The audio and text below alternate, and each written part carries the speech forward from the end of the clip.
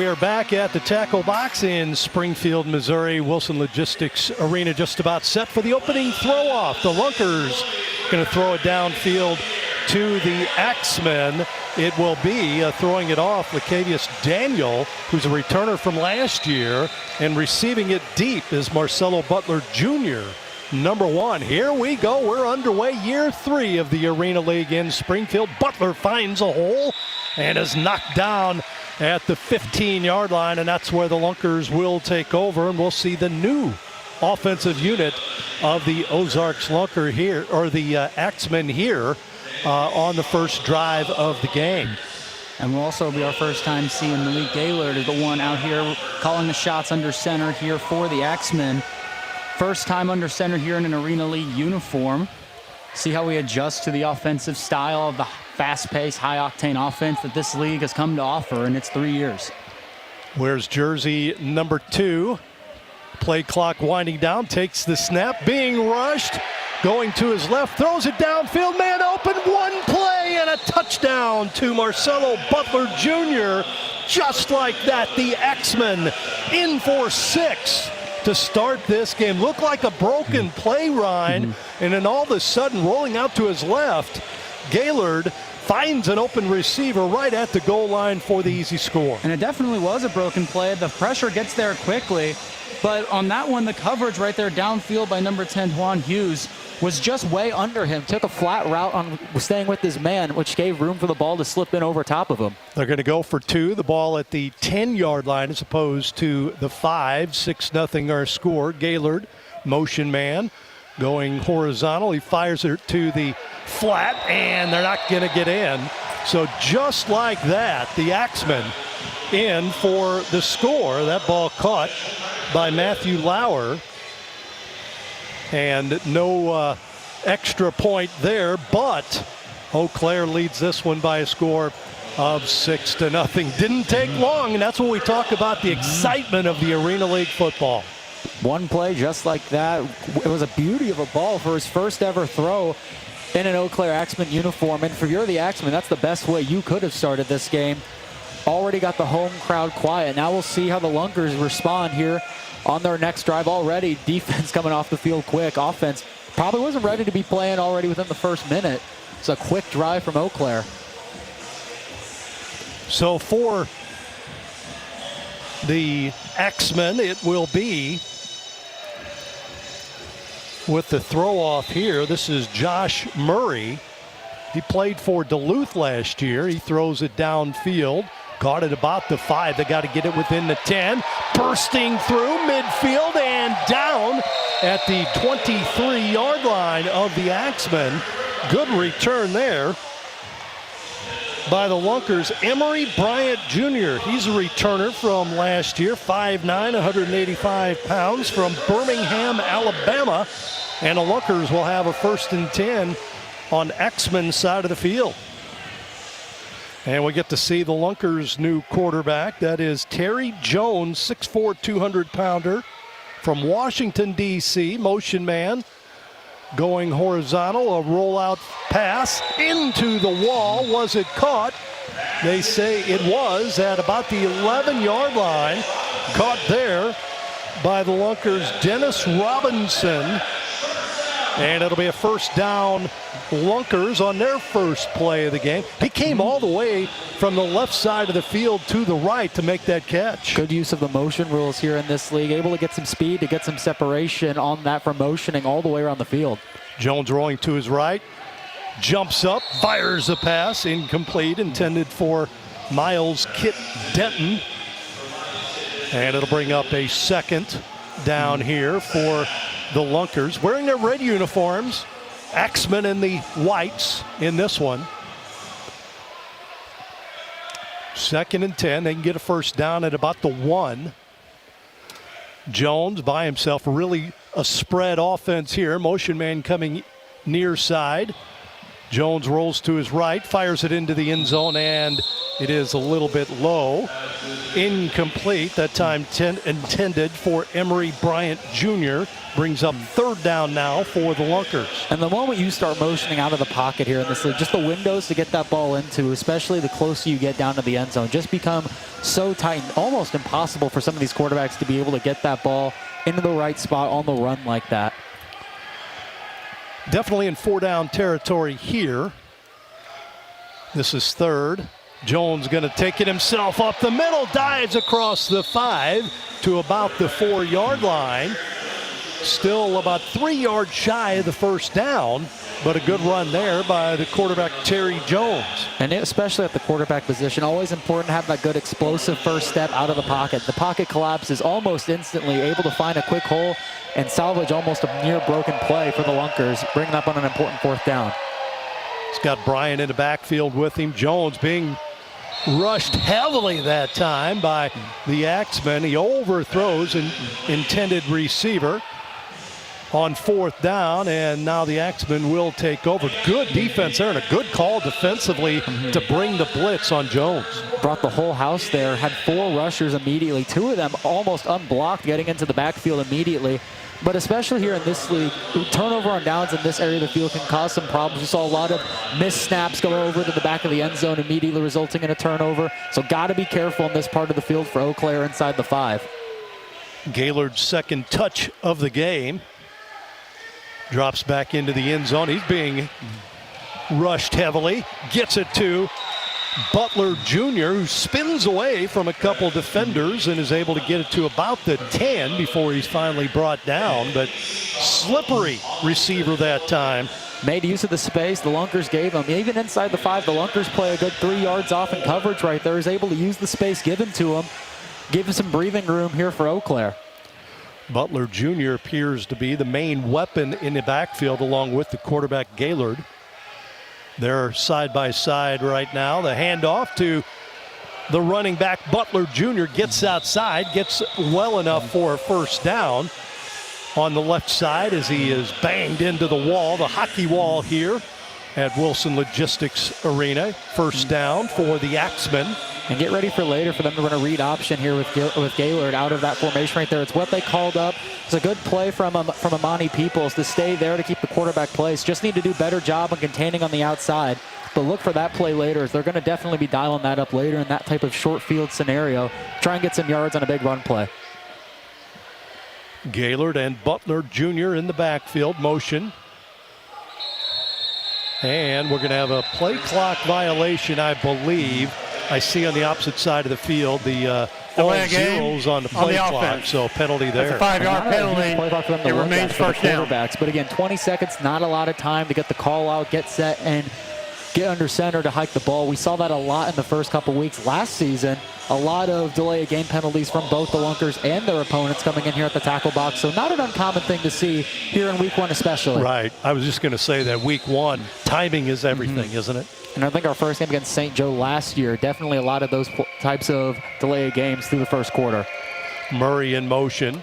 The give is to Butler Jr. up the middle this time, and he is ping-ponged around and brought down right at about the 20-yard line. So gain of maybe a yard, hard-earned yard that time for Butler Jr. Almost gets in the second level there. But the Lunkers, one thing they were really good at last year was doing great run defense. This team had a pretty good run defense last year. Good job of being able to stop them before getting into the second level.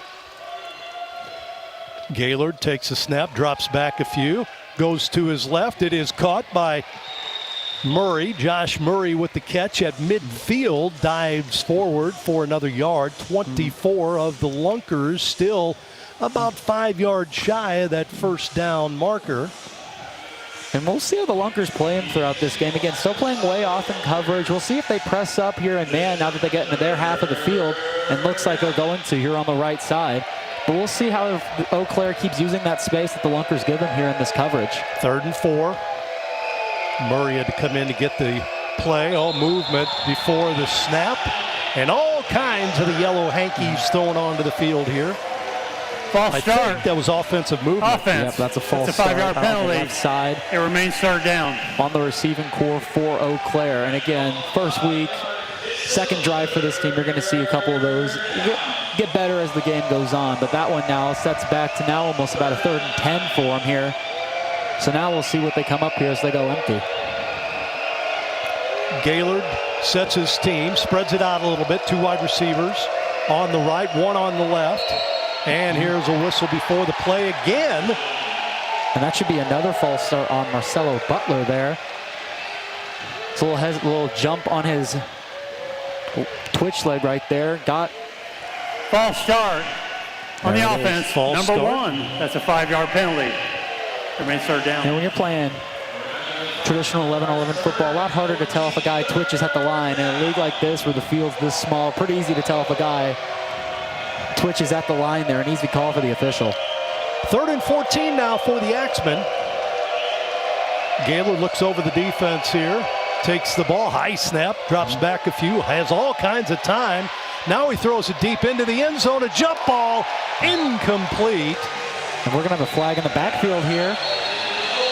Off after the throw, and another one downfield. I'm going to think we're going to call a push on the receiver there as Matthew Lawler. But I don't know what the penalty call in the backfield is going to be. May have been a late hit on the quarterback. We will see. The officials will talk it over, as you see right there. All 3, actually 4 officials on the field, 3 of which are huddled up right now. And now here comes the coaching staff, so they're explaining things here. Couple of officials in training down on the field as well, so there's a lot of people talking about the play. They've got plenty of officials. There are 2 flags on the play. And one here in the Play sky offense. as well. We got holding and pass interference.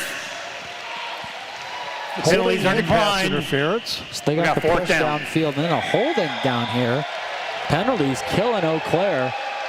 And that does result in a loss of down from the line judge down on the field. So we got 4th down territory here. Remember, they could surrender if they wanted to and put it on the opponent's 15. Axeman And that's the right thing to do here. Offensive route, a lot of offensive First down, Lunkers. penalties coming in from Eau Claire. You don't need to do anything else and give the Lunkers a good field position on another bad play from this offense. Get your guys to settle down. Let your defense go out. Hopefully get another stop. Surrender means you push the ball to your opponent's 15-yard line, which is what the Axeman did, because they were deep in their own territory on 4th down, and they wisely said, nope, let's do this. Let's surrender. It's early in the season. Offense not quite running at top speed right now, so Lunkers take over. Terry Jones with running back behind him, who gets the ball and gets outside, misses 1 tackle, and dives forward across the 20 to the 21. Gain of about 5 on the play. And when you're in the position right there for number 21, Willie McCaleb here for Eau Claire, with that big of a hole, you have to be there and meet him there at the line of scrimmage. He does a great job to get there, breaks down, but it's just a good move to get to the outside and a great run play for the Ozarks Lunkers. Kendon Walker, the running back there for the Lunkers. Here's Jones rolling to his right. He throws on a run, caught wide open, and in for the score. Austin Potter with the touchdown. And all it ever takes in this league is 1 step of separation. Simple route as a press, meets him at the line, then immediately gets a step, rolling back towards the middle of the field, finds him wide open. And a beautiful route there from Potter as the Lunkers tie the game with a chance to take the lead here on the extra point. Potter's a local boy. They'll go for 2. Ball put down at the 10-yard line. Lunkers, Jones dropping back, being rushed. He'll throw it into the end zone high, but overthrows his intended receiver, Miles Kit Denton, and we are tied at 6. And those extra points, we've seen it twice already tonight. So easy to just overthrow on that route right there to the back of the end zone, especially with how that board, especially on the back end of the end zone, really just creeps up on you when you're running routes back. So unfortunate not able to take the lead there, but a great offensive showing here for the Ozarks Lunkers. hopefully defense come out and keep him in and give him a chance to go out and try and take a lead here. Potter with the touchdown. He's a local boy, 6'1", 220-pound tight end from Fairgrove/Buffalo, Missouri, right up the road. Gets his first professional touchdown. Played for the Missouri Monarchs. And it'll be a throw off here. And for all those at home who don't necessarily know how the throw-off rules will work, we didn't have time to explain it earlier, but each team will throw from their own end zone and must make it to the 10-yard line. If it bounces out of bounds on a bounce or thrown out of the back of the end zone, it results in a touchback to midfield. Lacavius Daniel throws it. Right side, it is caught there by Butler Jr. He's got some running room to the left and is finally tripped up at midfield. Good return by the Axeman and a good defensive stop by the throw-off man, Lacavius Daniel. And that's something that you'll commonly see on these throw-offs, to throw it down in the corner, hopefully inside the 5, because it gives little space. But if you're going to do that, especially for the Lunkers, you've got to be able to contain to the opposite side of the field. That's where he's going to go. Wasn't able to get down there in time to be able to contain him, and a great job breaking up field, putting it right at midfield for Eau Claire. Again, these fields are 50 yards and the throw off from the goal line, so you have to get it inside the opposing team's 10 for it to be legal.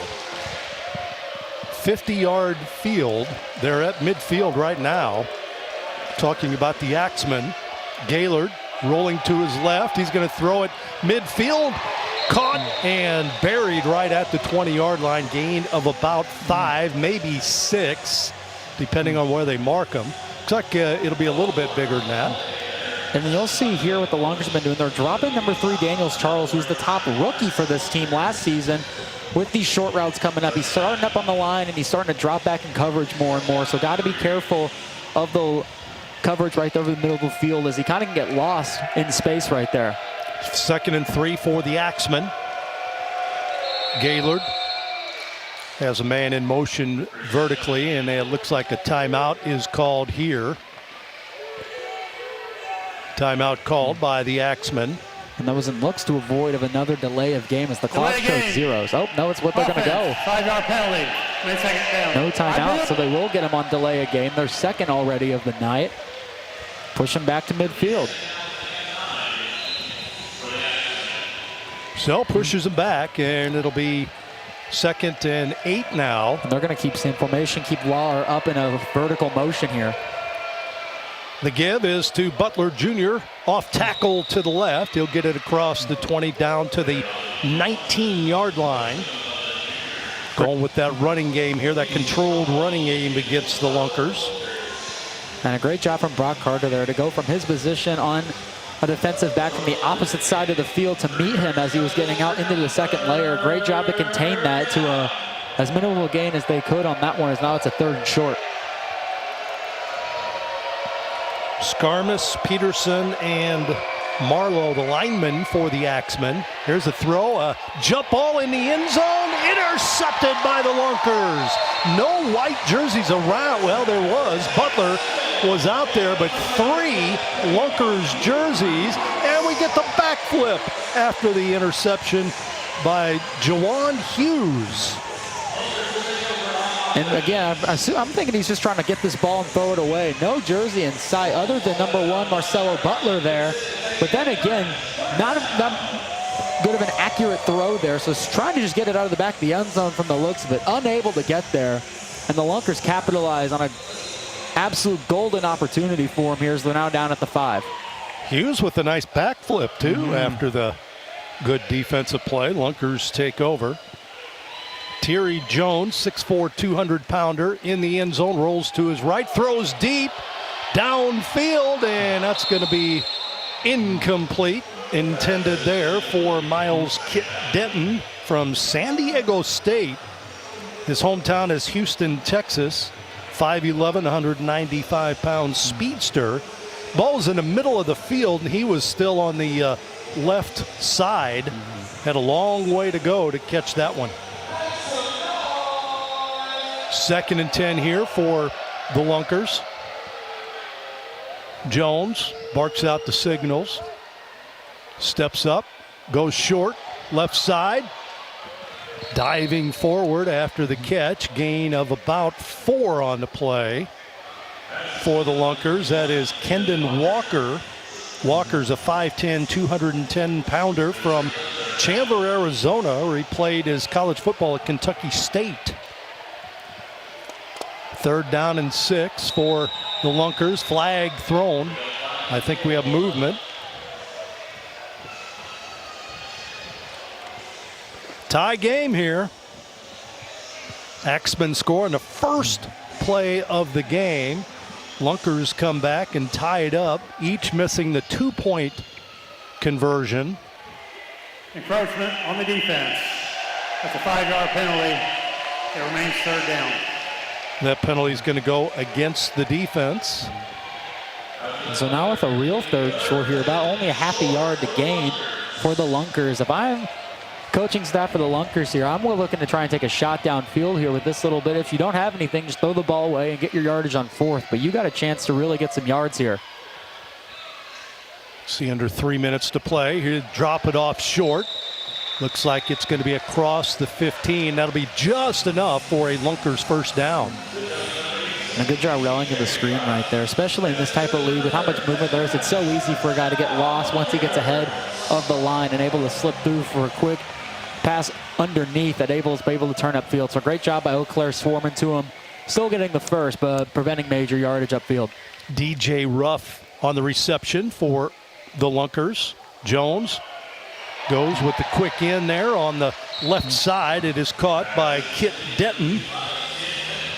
Denton coming back. He picks up right at about 7 yards, brings up 2nd down and about 3 for the Lunkers. Under 2 minutes to play here in the first quarter. And they're empty in that half of the field, so it looked like that might be a matchup that the Ozark Lunkers might favor out there for Kid Denton. We'll see if they go back to it later. Vertical motion. Jones going to go deep. And it's going to be intercepted in the end zone for the Axemen. They threw it intended for Kit Denton, and it's intercepted instead.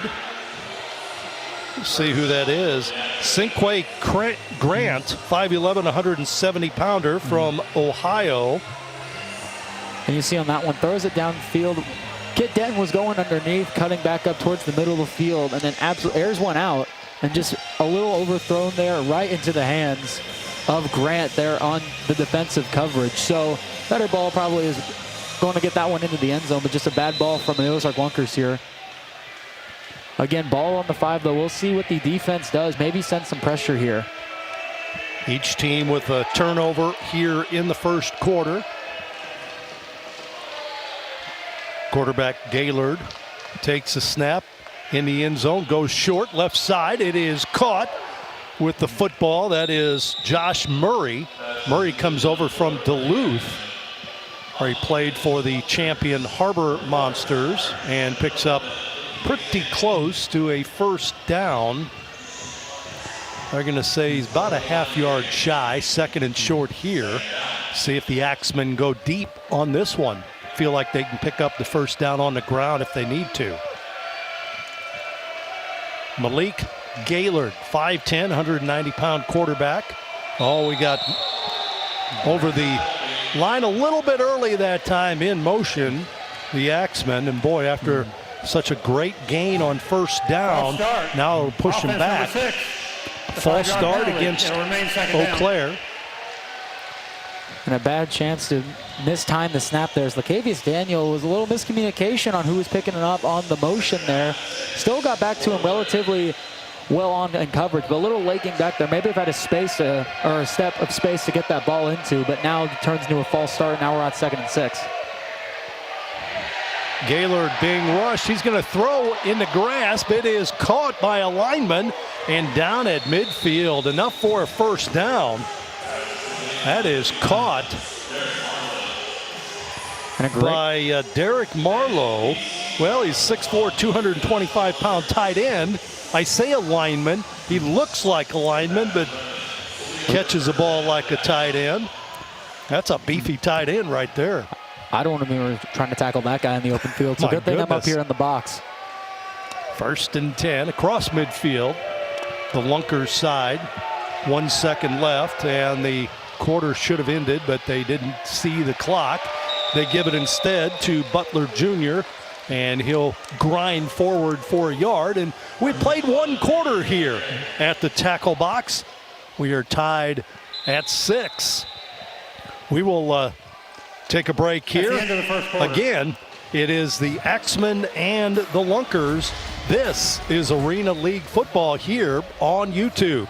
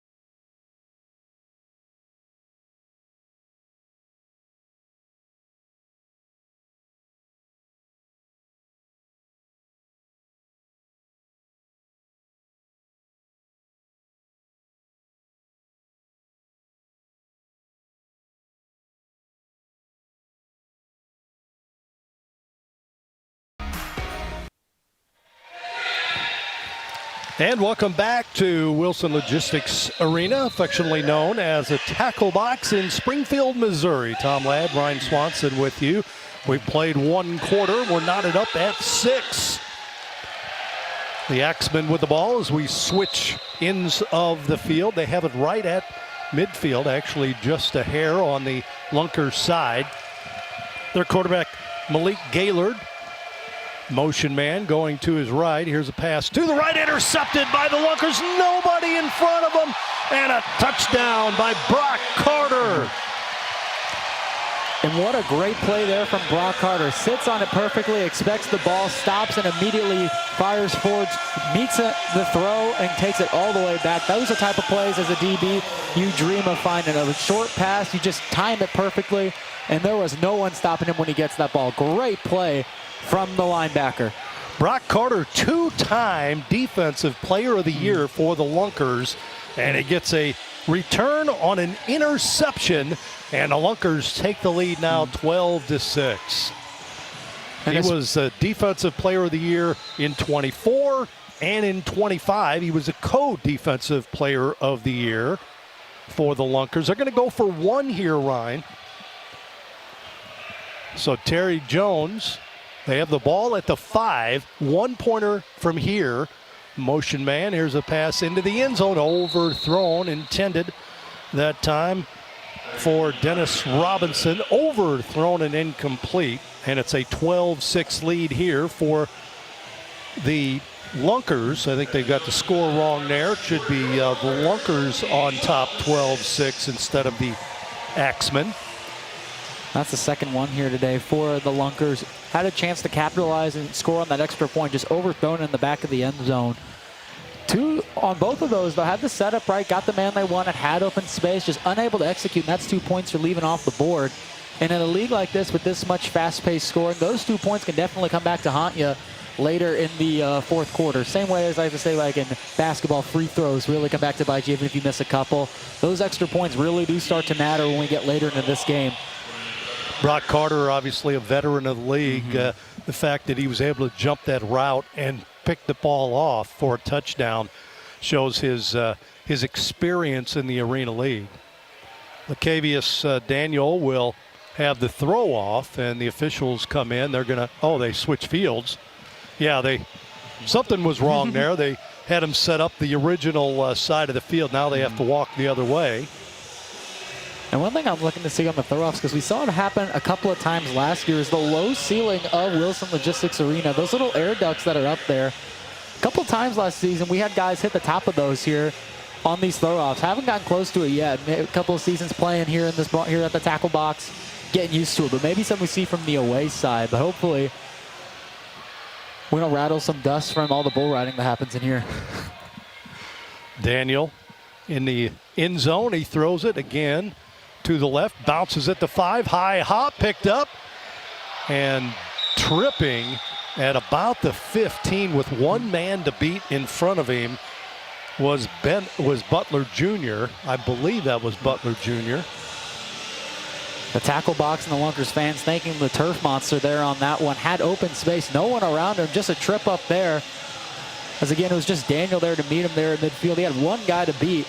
But that type of bounce like that, Eau Claire did a great job blocking, making a hole even on the bounce up to create space for him. Because plays like that get congested, someone comes crashing down. That's where hard hits happen, turnovers, fumbles there on that part of the end zone. So a great job on the throw off to get a good bounce like that. Just doesn't go the way of the Lunkers.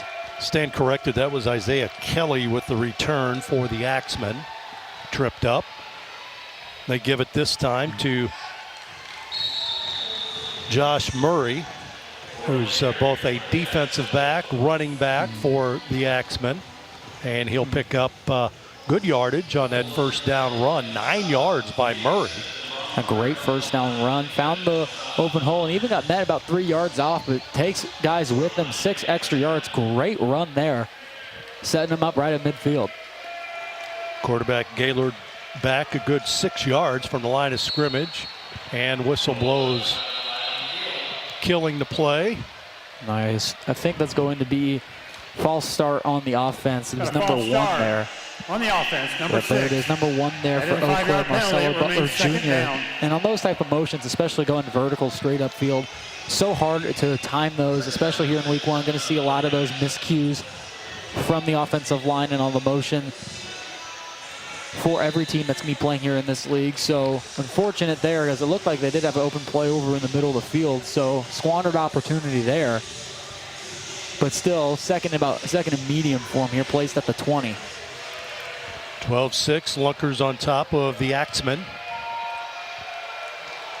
Snap back to Gaylord. He throws short on the right side into the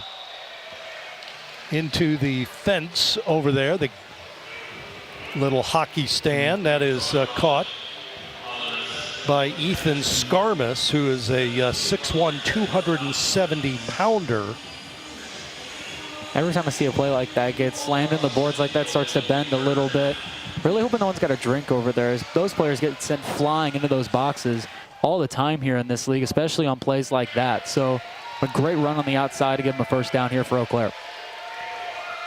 We apologize for interrupting with the officials call. We'll get that correct. Here's a pass into the end zone. A sliding catch. Did he make it?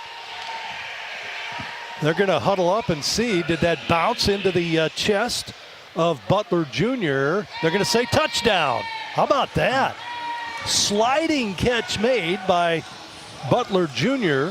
And Daniel comes up a little lame after the score to tie it up at 12-12. And just an unfortunate break there for number 10 for the Lunkers. DeHaan Hughes had a chance, was right there with them, and just dives for and unable to get there.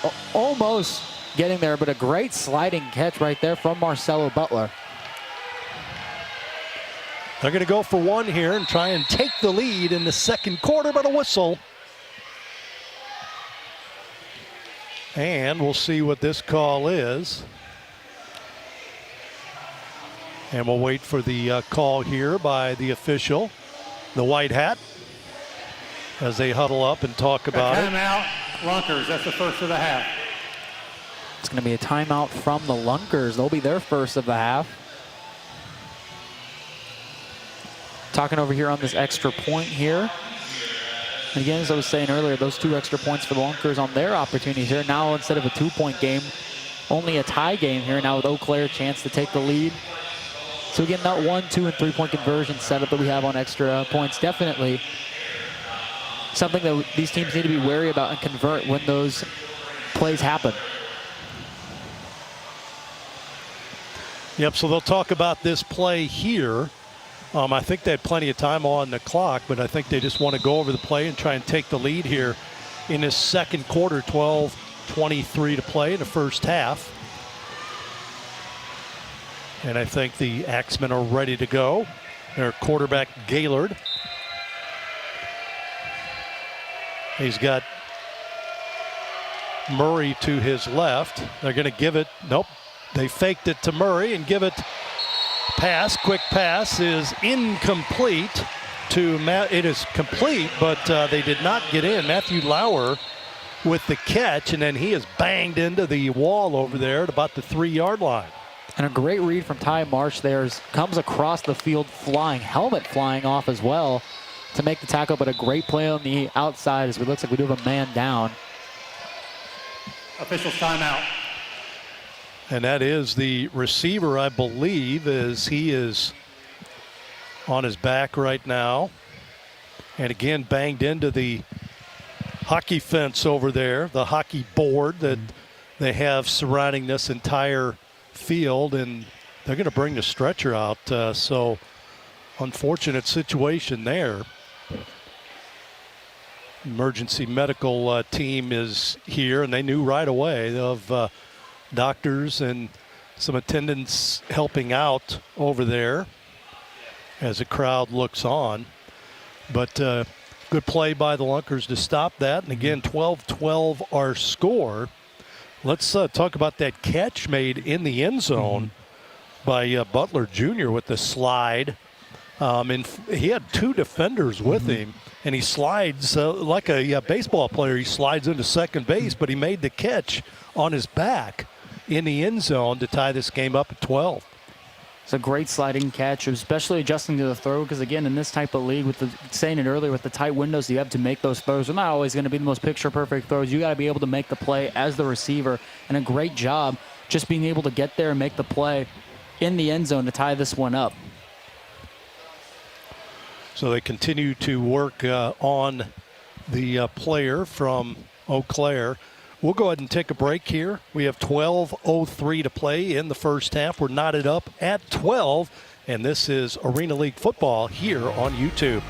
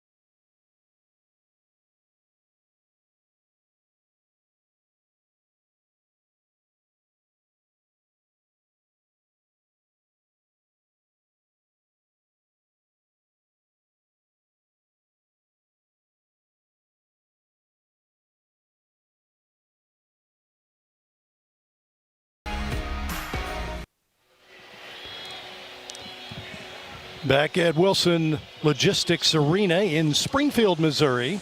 12-12 our score as the injured player, Matthew Lauer, was being taken out. He did raise his arm up and give the fans a thumbs up, which was very encouraging.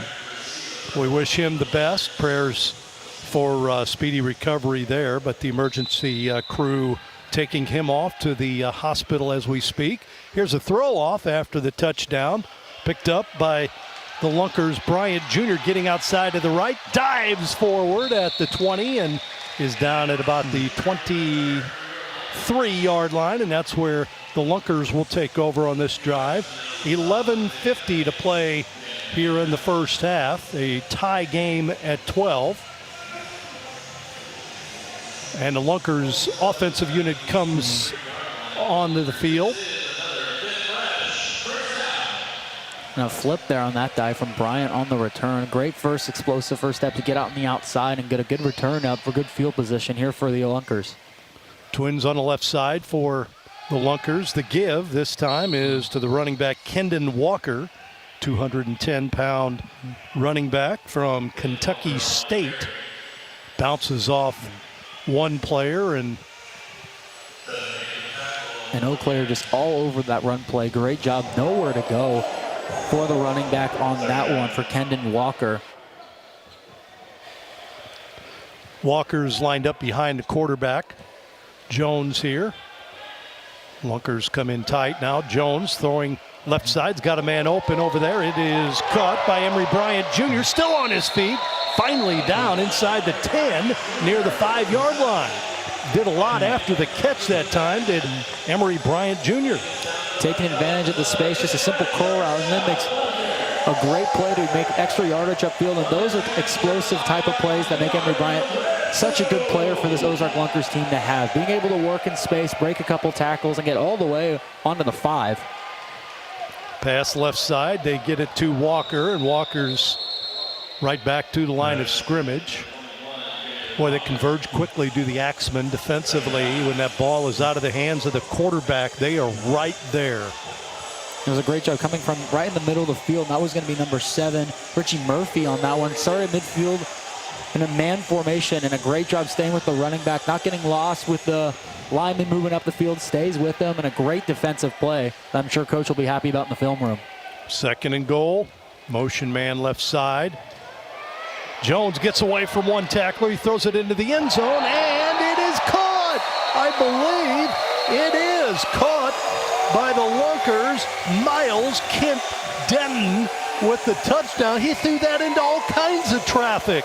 Somehow it was caught by Ozark. And I'm sitting right here on the numbers on that side of the field, and when I tell you that was the perfect ball on that one, beautiful throw. There it is, great catch from our camera operators here. Beautiful throw, even tipped a little bit. Looks like a little wobble there, but still a beautiful pass. And that is one that's definitely going on the highlight reel. What a throw right there. 2 defenders had their backs to the ball, and the ball went right over their head, just inches over their head, and right into the arms of the Lunkers. They're going to go for 2 again here. They're up 18-12. Jones takes the snap. Rolls to his right, looking. He's going to throw it up, cross field, jump ball. It goes out of the arena, incomplete. And another conversion that is no good here in this game. I think anybody's made a conversion yet, right? Nope. 3. No conversions yet made from either side, but great job from Richie Murphy right there, committing to the play, jumping, getting sent over the boards. Trying to get that one, especially on those extra points. It's almost always going to be a jump ball. There's not a lot of space to operate, especially when those do get converted. That's when you see the big tight ends come up, really jump up to get those jump balls in the end zone. But no extra points for either side. 18-12, Lunkers lead. Great offensive drive. 9:38 left. Defense hopefully stepping up, chance to try and make this a multiple score game before going into the half. But so far, it's been a good back-and-forth battle from both sides. A few good offensive plays and defensive plays around. 3 turnovers as a whole. 2 for the Lunkers, 1 for Eau Claire. So seeing good plays from both sides. Now it's just going to be down to a battle of who's able to execute as we get later into the game. Because with both sides being able to execute on certain plays on both sides of the ball. Someone's got to be able to make a play. Daniel again with the throw off. Looks like back deep is Kelly again for the Axeman. Here's a throw right side. It is short hopped by Kelly. Kelly spins a couple times, dives forward, and gets it to about the 14. And that's where the Axeman will start this drive. 1st and 10. So special teams, first year there was a lot of special teams touchdowns, a lot of runbacks on the throw off. Last year, not so much. They defended them very well. We only saw a couple of special teams touchdowns, and so far this year, pretty good defense on special teams. I think the main reason is not as much overcommitment from either side. Both teams sitting back, get up and route 5 yards away from the guy, really sit and just try and break down instead of trying to overcommit, sprinting to get to the guy and overshooting his man. You saw Cam Bruffett, the third-year coach of the Lunkers just moments ago, on the sideline. There's a quick hitter to Butler Jr. on the right side. He's going to pick up about 4. Bruffett, who was a high school football coach in this Springfield, Missouri area, he decided to give that up after this past season and just coached the Lunkers. And there you see the head coach of the Axeman. That is Jim Britton. They call him Britt for short. He's in the black shirt there with the beach cap on, calling the plays. Another positive yardage by the Axeman on the carry. And again, with the league that's this fast-paced, this high-scoring, just that simple 3 to 4 yard run. Not something you see too often, but it's still a great play from an aspect of football, wearing down the defense. You're getting room, you're getting yards. 3 to 4 yard on a run play in any league is going to do good for you. With about 4 yards left to get to the sticks. 3rd and about 4 here. And the play clock is wound down. Timeout is called. Timeout. Eau Claire. That's the first of the half. And Jim Britton running all the way from the fence to the middle of the field to meet the ref there to call that timeout. So now 2 for both teams, 7:52 left to play here on this 3rd and short. We'll see what the Eau Claire Axemen are able to dial up here, but so far been a really good game on both sides. Absolutely, pretty physical, pretty athletic. Quarterbacks, as we had kind of featured during the pregame show, have shown out in their first game with their respective new teams. These guys kind of bounce around between professional leagues, both with some experience, obviously good college experience as well. So 3rd and 4 for the Axemen. Their quarterback, Malik Gaylord, 5'10", 190-pounder. He throws downfield. It is picked off again, this time by Ty Marsh. And Marsh gets it right to midfield. Another interception, and that time Gaylord really threw it up, and he shouldn't have. He was hoping for something better on that, threw it up for grabs, and Marsh was right there playing safety. He was playing center field and had great position to pick that one off. And Ty Marsh just doing something simple, just reading the eyes of the quarterback there. Looked for a second too long there and had enough time. Was already breaking for his receiver before the ball even left Gaylord's hands right there. So that's one, absolute gift wrap right there for Ty Marsh, and an easy one for him to grab, and a great play for the Lunkers, now up 6 with the ball on Eau Claire's half of the field. Terry Jones, quarterback for the Lunkers, wears jersey number 8. Played at Morgan State. He throws short, got a man open, weaving in and out of traffic, diving forward, down to the 6 on the play. Caught by Dennis Robinson. And he had a little pick play there too, was able to get free with the help of a great block by one of his teammates. Also helping the late reaction to the motion on that side of the field, clears up the defender there, leaves the open space, a great motion setup to draw that play right there and gain the yardage inside the 10. Oh, high snap over the head of Jones, and he's just going to fall down and take a bad sack near midfield. Bad snap that time over the head of Jones. He and his center going to get on the same page here. And this will put them back about right to where they were on the start of this set of downs. So just setting it back up even right there. Douglas Tucker the second, the center that time. First bad snap of the game. We saw that early last season quite a few times, but not so much in this game to this point. Costly for the Lunkers. Jones throws quick to Robinson. He is hit immediately at the 20-yard line.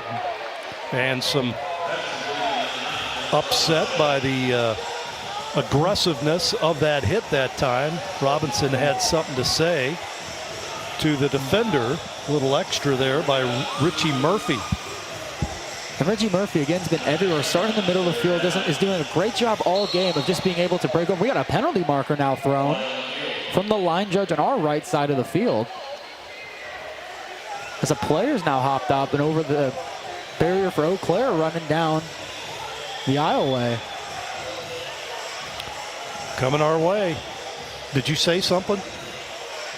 Well, that's Jervain Young right there. Not really sure what the penalty is going to be for. About to find out. Illegal substitution. Defense. It's a 5-yard penalty.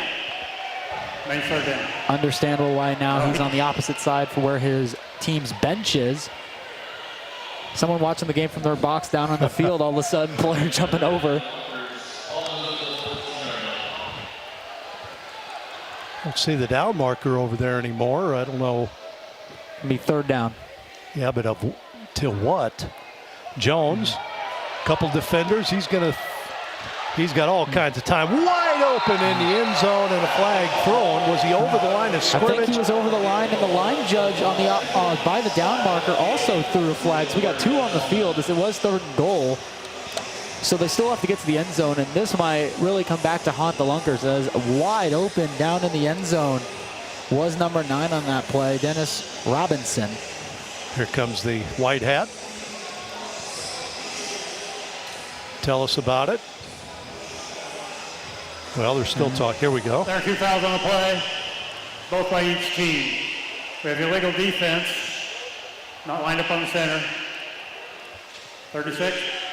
And we have illegal forward pass on the offense, quarterback. Those plays will offset. We're going to repeat third down. Offsetting penalties there by both teams. And it was, in fact, he was over the line of scrimmage passing the ball, and a penalty against the Axeman as well. And defensively, you do have to line up directly in front of the center on the defensive lineman. If not, they will flag you for that every time. So that's what the defensive call was there on that one. Here's Jones, another high snap, and he is brought down again on the other side of the field.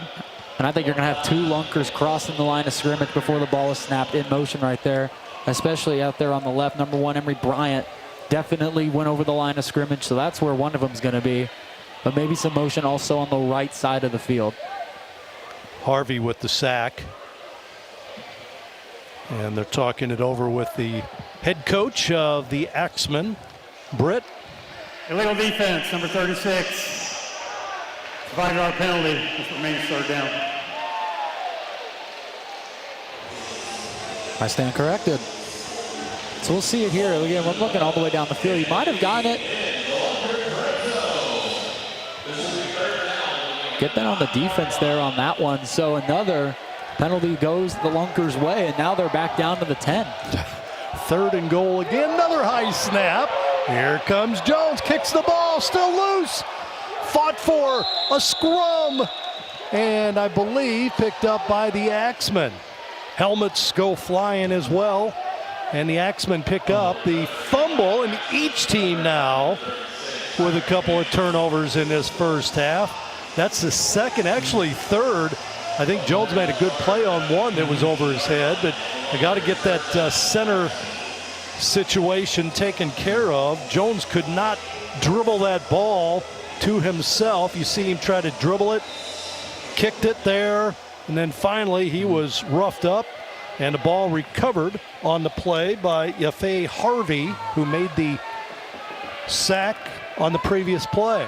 And the second turnover generated from this Eau Claire defense. Great field position here. Gaylord dropping back all kinds of time. Throws it right, incomplete. Pass intended there for Cinque Grant. 5'11", 170-pounder. Played college football at Indian Hills Community College. 2nd and 10 now for the Axemen. And that one just not the ball to get there on the crossover in the middle of the field. Again, that type of play, one step and then a crossover in the middle, just on a slant. Generates some space and is a pretty regular route you'll see, especially from the outside. Just unable to fit that one in. And another. Got timeout. Eau Claire. That's the 2nd of the half. Saved them from a delay of game as they were not even set up on the line. Having to call a timeout there, wasting their second one. So now one left for Eau Claire. Again, first week, things you're going to see probably clean up as we get throughout the season. But first half, first game, definitely going to be a couple of those for both sides. As saving them here now again, still 2nd and 10 on the 19-yard line for Eau Claire. Good crowd here tonight. Very enthusiastic watching the Lunkers and Axeman play at the tackle box is what they call Wilson Logistics Arena. There you see some of the crowd, some of the kids. I love seeing the kids here. Had a Boy Scout group here during pregame. Love seeing the groups and the kids enjoying some good Arena League football. Here we go, Axeman, 2nd and 10. Quick pass to the right, caught on the play by Ethan Skarmis. 6'1", 270-pounder from Palm Desert, California. He will pick up right at 6 yards. It'll be 3rd and 4 now for the Axemen. And a good job from DeJuan Hughes for the Lunkers here, not having his head on the swivel, not getting taken from his man, and able to move back, because if he doesn't stay off and stay in his zone right there, that play is going to be taken back onto the red turf. So a great job keeping his head up and knowing where the ball is at and swarming to stop that big play. Vertical motion by the Axemen to give is enough for a first down. A handoff going left on the play. Oh, some extracurriculars after the play. After the run by Josh Murray. He does get the first down. It'll be 1st and goal here for the Axemen. You know, in tight quarters, you can see a lot of tempers flare up a little bit, especially around that hockey fence. Refs right now letting them keep going. We'll see if that changes throughout the game. But yeah, definitely where you're going to see a lot of low pushing and shoving, especially there. And another timeout here. That would have been another delay of game. So now Eau Claire are going to be out of timeouts. Timeout. With 2:41 left to play. Eau Claire. That's their 3rd and final timeout of the half. Whitehead with the call there. Timeout. Final one for Eau Claire. We have 2:35 to play. We will have a 2-minute warning coming up. So we will kind of wait for a break there. Keep it right here. And again, you're right, Ryan. They had the play clock winding down, and the coach, that's a great thing about having the clock on both sides of the field. Either way you're at it, the coach is behind the offense or behind the defense. They can see what's going on. The offensive coach on the field, he's watching the play clock and smartly decides to burn that final time out of the half. Definitely going to be high on the bulletin board on that one for things to talk about in the locker room, as definitely something Eau Claire's been struggling here more so than the Lunkers. A lot of those delay of games, or now having to burn 2 timeouts in the first half just to avoid the penalty. Gaylord in the backfield by himself, takes a snap, rolls straight back, looking to his right. Ball is caught there by Butler Jr., and he is down again at about the same place the ball was just moments ago. No gain on that reception. It'll be 2nd and goal now for the Axemen. Catches it at the 9, but a great defensive play made there. Back to him, number 10, DeJuan Hughes. Great job on the outside. Going outside of his man right there to get there. A little risky, especially if you got a good first step to the inside. Doesn't get it there from Eau Claire, and a great job swarming to him. Flag thrown before the play. Delay game. Offense number 2. That's a 5-yard penalty. Still 2nd down. So problems with the Axemen offensively with the delay of game. Problems for the Lunkers with the center snap over the head of the quarterback We're 3 at the times. 2-minute warning. 2-minute warning, guys.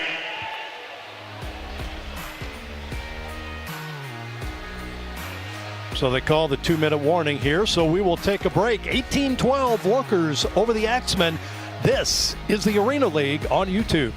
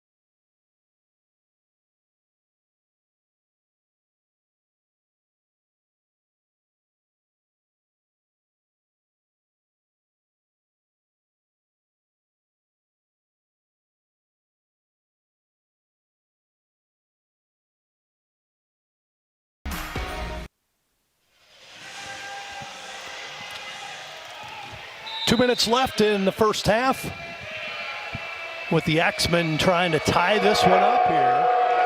2nd and goal. Here's a quick hitter right side to Butler Jr. He will crawl forward inside the 10 again to the 9, and that'll bring up a 3rd and goal.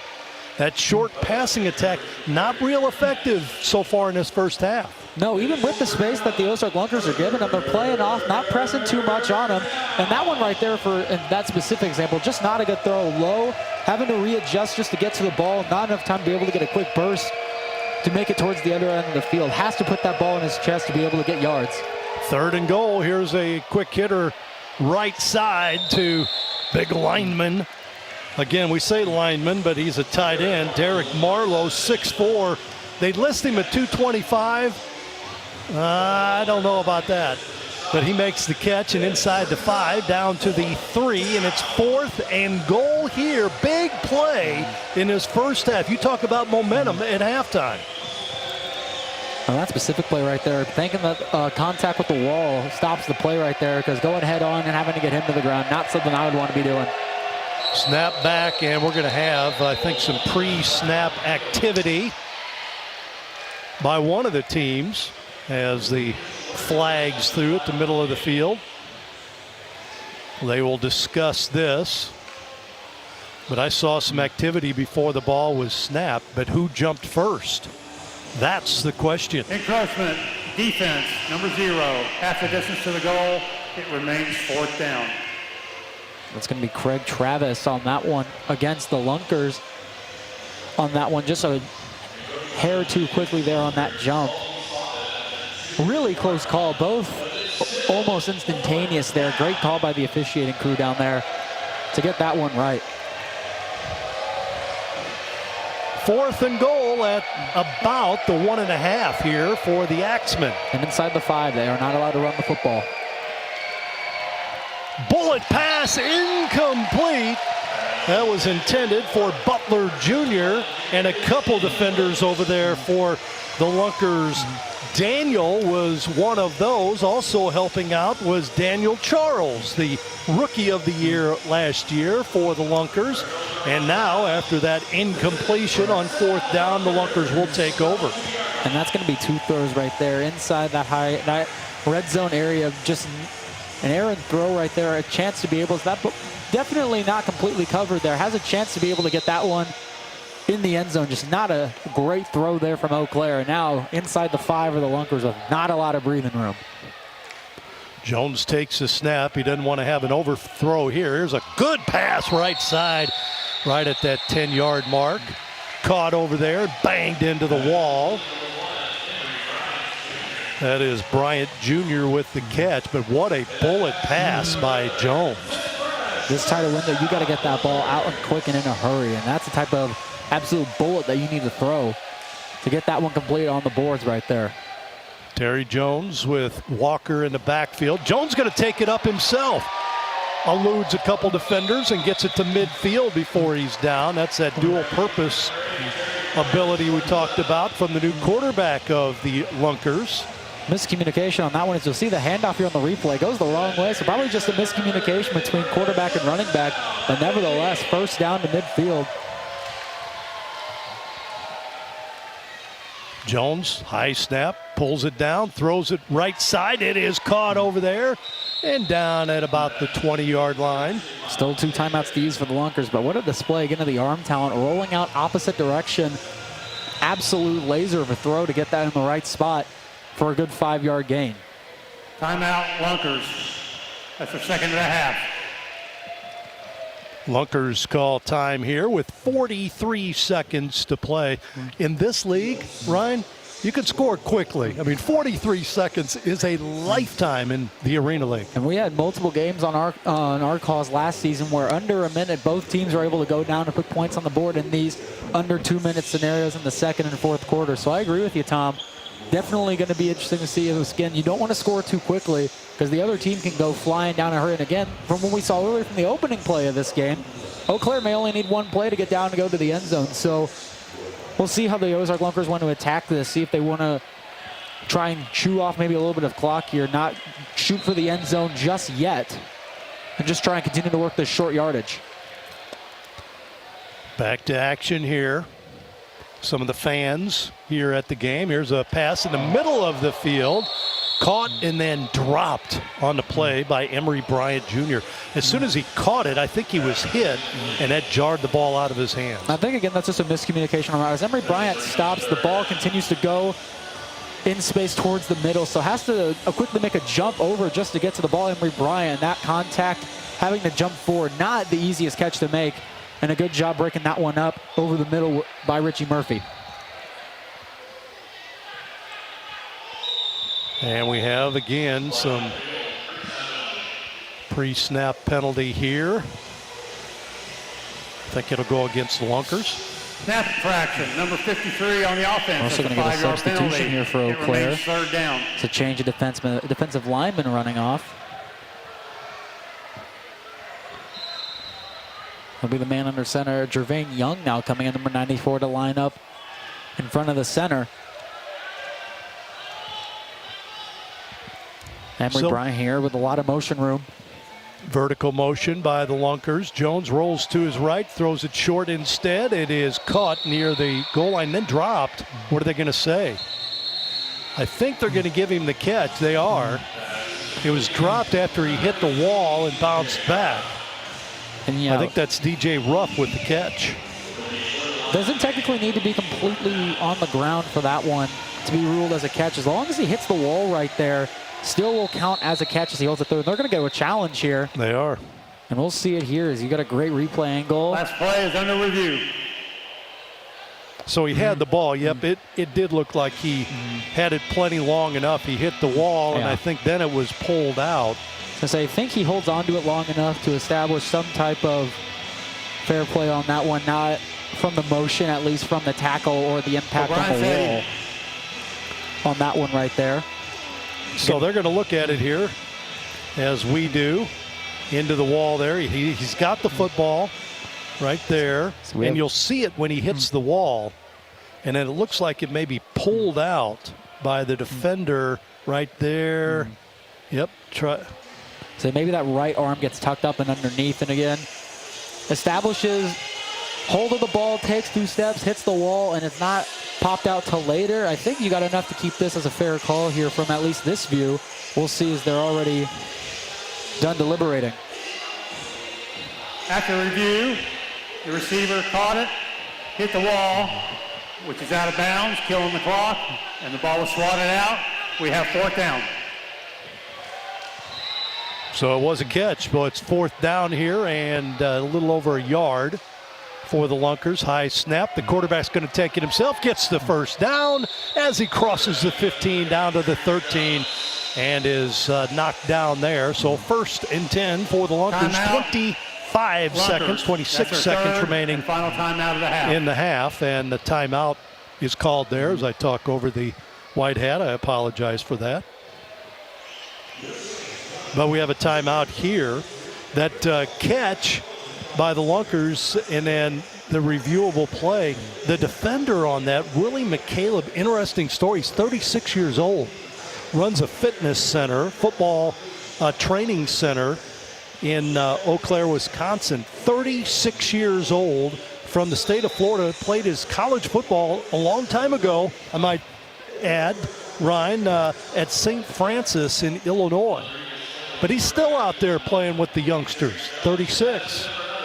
Love to see it. Still making good plays on the football, too. Love to see it here. A valuable member of this secondary for Eau Claire. Hopefully he can come up and make a big play in these last 26 seconds. Try and keep this a 1-score game for Eau Claire.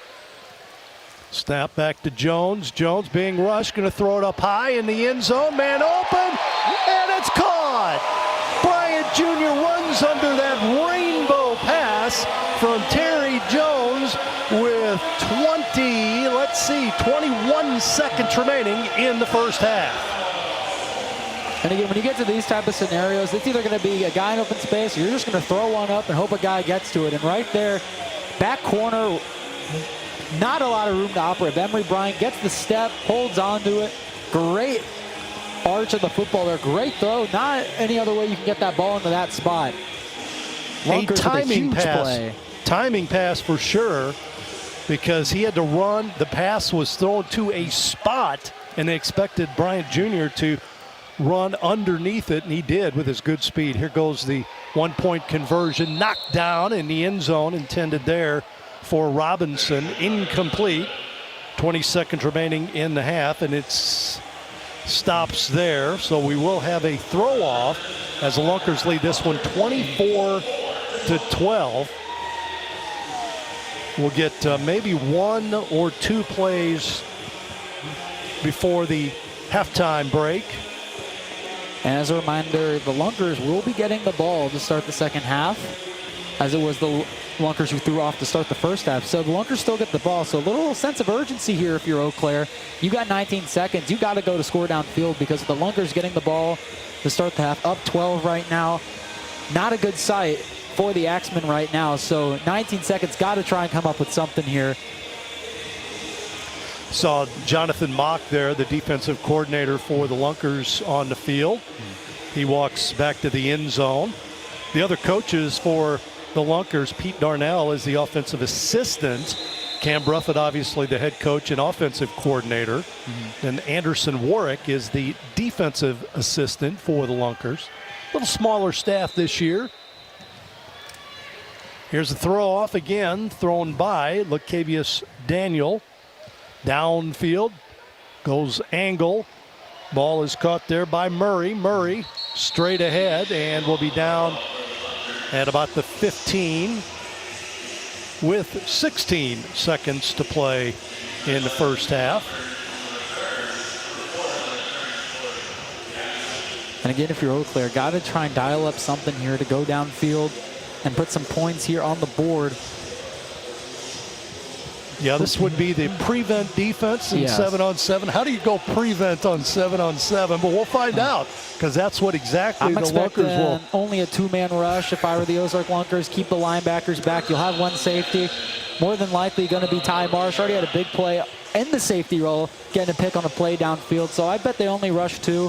When they have been doing this, it's been number 3, Daniel Charles, who was the top rookie from last year for the Ozark Lunkers, dropping back in coverage on the line, only leaving Craig Travis III and Amani Peoples on the rush. So definitely looking to see if he drops back into coverage, cover the middle of the field. You have the corners go out to the wide. You have TJ March coming up here on the deep end of the field. And really at that point, then it's just stay on your man. Don't let anything go over your head. Yeah, it looks like Charles is standing up. The other 2 look like they'll be in a 3 or 4 point stance. So your down linemen now become linebackers, don't they? Yes, they do. Another thing I'd be careful for, 16 seconds left. If Charles drops back, that leaves that. It's on the strong half of the field. You're going to be able to have a space for him to run upfield if he is rushed, to be able to get 10, 15 yards, set up a more manageable throw to the end zone. So got to be careful. That's just the risk that you take when you pull Charles back if he does, which, again, we've seen them do it a couple times already tonight. So risk you take, and especially with the mobility of Malik Gaylord, you got to be careful with that. Something that, again, you're just taking the risk on that one, hoping the defense can recover. And if you're Eau Claire, receivers all game have been doing a great job blocking downfield on those types of plays, on those breakaway runs like that. So we'll see if they can hold that up as well, as that's one of the good things that the Lunkers have, Eau Claire has been doing. Yeah, I think they're looking at the clock here. They're talking with an official next to us here. I think I don't know if there's another second or something that they're going to put on the board. So White Hat looks up here.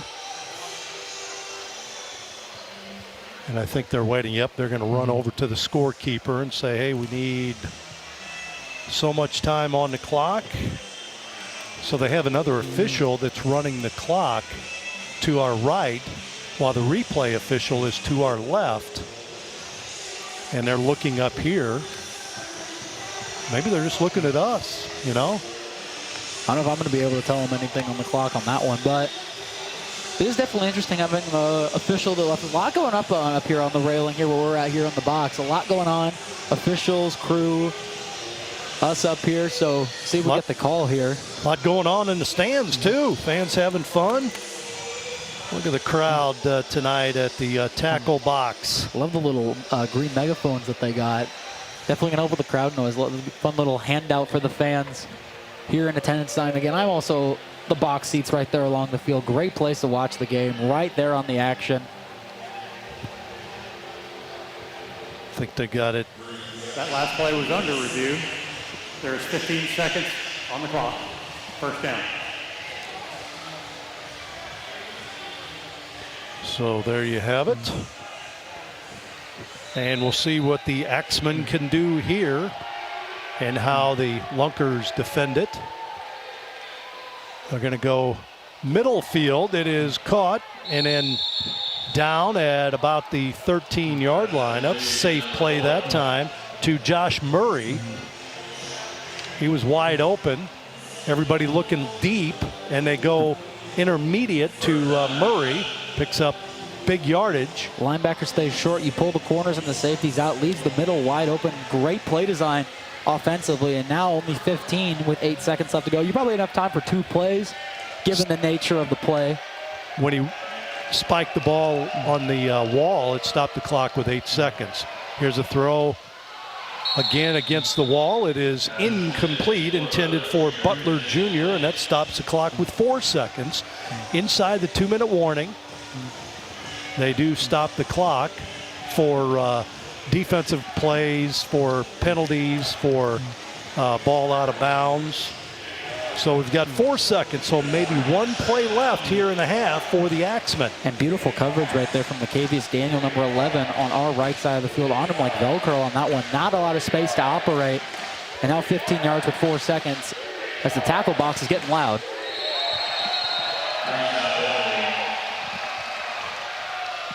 Penalty against the Axeman, I believe.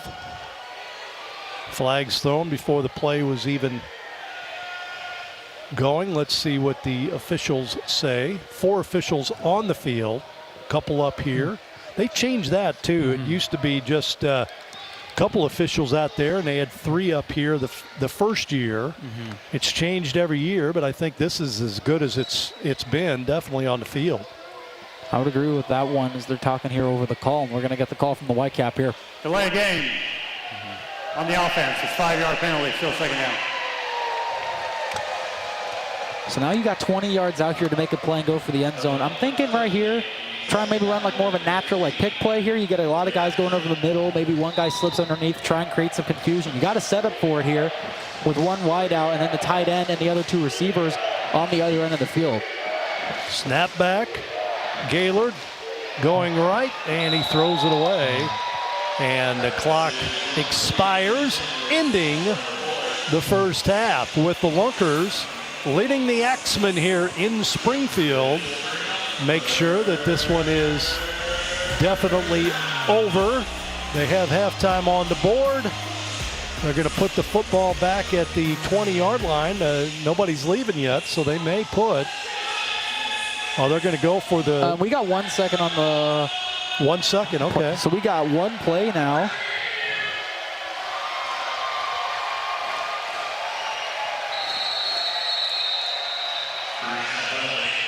Another penalty. Delay game. Offense number 2, 5-yard penalty. If it's still third down.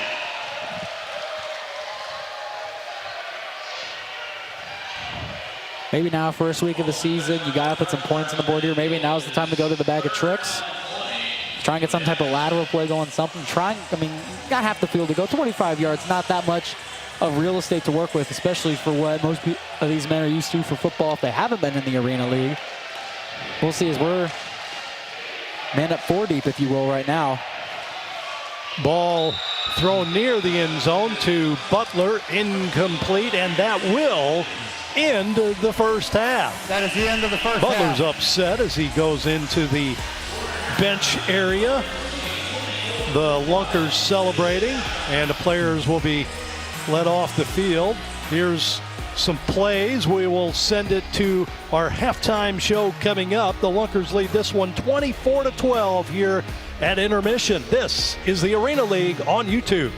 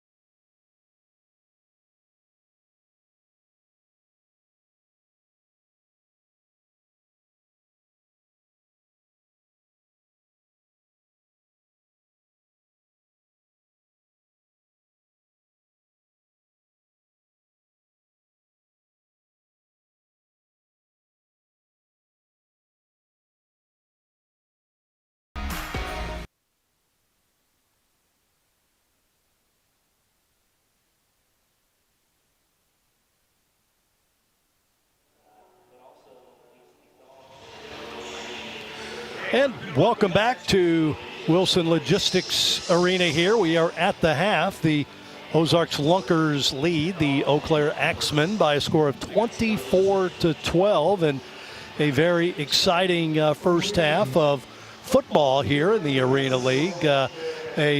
Again, it's typical first game for both teams. It's not without some errors, Ryan, but all in all, a pretty exciting first half of football. I would agree. Very exciting first half of football. And again, as we were saying, first week, you've got problems on both ends in terms of penalties or just ways to improve on the field in terms of like high snaps for the Lunkers. Definitely been an issue with the structure and the flow of the play here. And then also on the turnover, we got 5 turnovers total, 3 generated from the Lunkers, 2 from Eau Claire. So again, typical what you would see for a first half in the first week. Little mistakes, little ironing out of the edges here to open the season. But the Lunkers going to get the ball here when we come back from the half. So we're going to look at a couple of highlights here from the first half. With Ozarks leading by 12, let's take a look at some of this that occurred in the first 2 quarters of the game. The Axemen got on the board first as Butler scored a touchdown. Right back came the Lunkers. They get the touchdown from a local product, Austin Potter, on a good pass by his new quarterback, Terry Jones. Interception made by the Lunkers, and then a long pass intercepted again by the Axemen. Defense has been a big part of this first half. There you see the interception by Grant. And there's a touchdown pick 6 by Brock Carter, who's a 3-year player in the league and a defending 2-time Defensive Player of the Year for the Lunkers. That was a great pass to Butler again, in between 2 defenders in the end zone. And then Jones getting away and throws it in traffic, but was able to make connections for the touchdown there. And that was for Kit Denton with the score. That was a tough play in traffic to make the score for the Lunkers. And then another interception by Ozark again. This is Ty Marsh as the Lunkers get the ball back at midfield. Marsh with the big pick there. And you had mentioned 5 turnovers in the game, 3 by the Axemen. That's been a problem. The high snap by the Lunkers. They haven't had the penalty bug that the Axemen have, but they certainly have had some high snaps, which caused some problems. That time Jones not able to dribble it to himself. Didn't play much basketball growing up.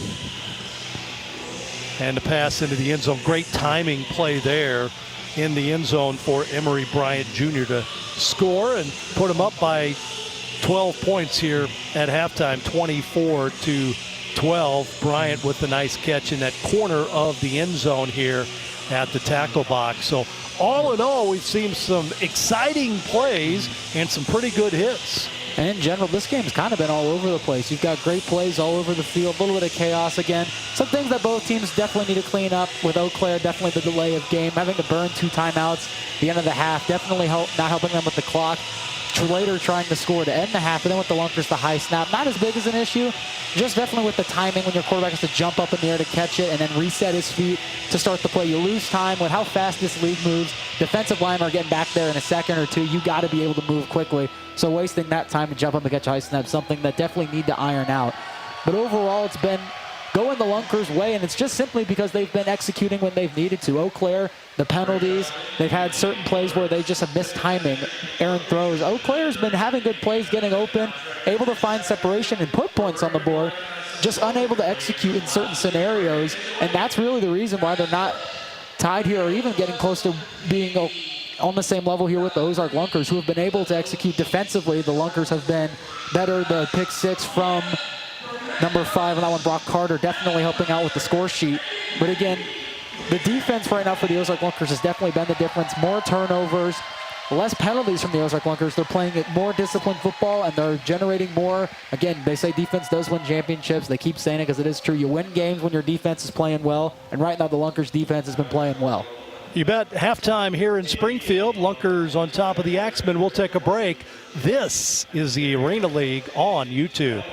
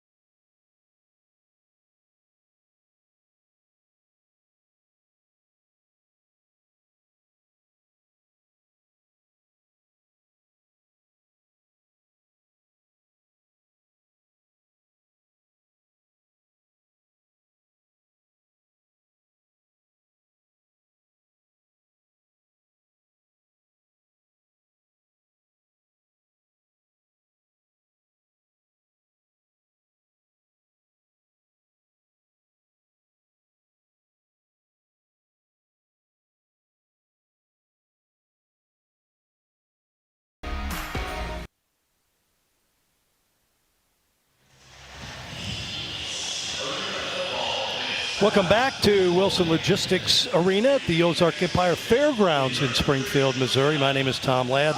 Ryan Swanson alongside the Axeman back on the field before the Lunkers. Lights still out due to the halftime show. They had some festivities here.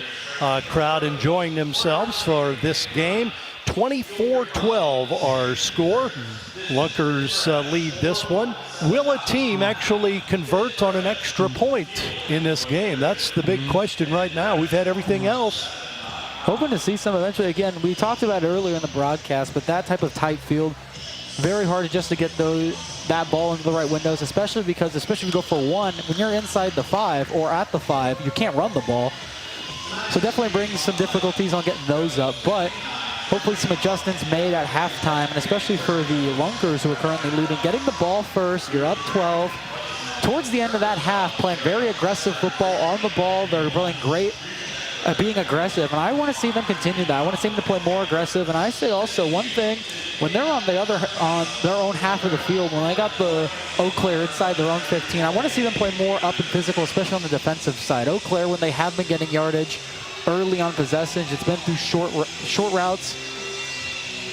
Want to see the Lunkers continue to play that aggressive football as they have been playing in the first half. Well, just remember this, in the second half, this is something that only occurs in the second half of games. We did have a surrender in the first half. That's one of the rules that separates this league from others. There's an onside conversion, Ryan. As you remember, we saw that quite a few times last year. If a team is trailing in the second half, they may elect to attempt an onside conversion. The attempting team will have one untimed down with only the play clock moving. The team takes the ball at their own 5-yard line with a 4th and 20 scenario. If the team fails to convert, the other team will take possession at the spot as a result of the play. Scoring is live, does not stop on the turnover during the onside conversion for both TDs and safeties. So this is something that occurs for the team that's trailing in the second half. That happens once in the second half. And definitely will generate a lot of highlight reel moments, some crazy plays at end of games, especially here in the second half where Eau Claire going from behind. Defense really needs to step up on this first drive. With the turnovers that it's been, the turnover is exactly what you need if you're Eau Claire. Got to generate some type of momentum. You're on the road, you're down 12, you got to find something. You got to get something to get your guys fired up, ready to come out of the locker room, ready to get on the field, especially get your offensive guys up and going. So Eau Claire got to do something, a 3-and-out turnover, something to generate some momentum, get the guys fired up to come out on the offensive side of the field, because offense can play as great as they want. If they're not able to get stops on the field, this game's going to get out of hand quickly. But as we've seen so many times throughout the seasons and the games that we have called, is the fact that no lead's ever safe in the Arena League, and it can turn on a dime. So we'll see how we go and get to the start of the third quarter. I feel like, especially last season, most of the scoring from our games came from the second half while we were calling games here at Wilson Logistics Arena in the tackle box. So second half action coming up soon. Hoping to see some more fireworks in this game here for both the Lunkers and the Axemen. Great back and forth action so far. 24-12 is the halftime score. Lunkers on top as the teams both getting loose for the second half. The quarterback's throwing on the field. You see the fans. Oh, we got all kinds of mascots here in this one tonight. Fans enjoying themselves. Love seeing the kids. That's what it's all about. There's the whistle, and I think we're ready to go with the second half throw-off. Hope you enjoy this here on YouTube. I understand we have people in 3 different states working tonight's game here on YouTube. 3 different states working tonight's game. Yes, especially shout out to the production crew, everyone working tonight, doing a good job keeping us on the air because we're just the guys talking. So great job to everyone working tonight for the crew, doing a great job keeping this broadcast going. To look ahead into next week for both of these teams, as next week is the home opener for Eau Claire as they play Saturday, June 6th at home against the Arkansas Diamonds. And then for the Lunkers, they'll be going on the road, just a little trip up the road to St. Joseph to take on the Goats. And that game will be played on Saturday, June 6th at 7:05. So it'll be the first road game for the Lunkers, then the first home game for the Eau Claire Axemen, as that's their action looking for next week. Eau Claire obviously plays at the Sun and Tag Event Center. So their home opener against the Diamonds of Arkansas. And St. Joe plays in their Civic Center there in St. Joseph, Missouri.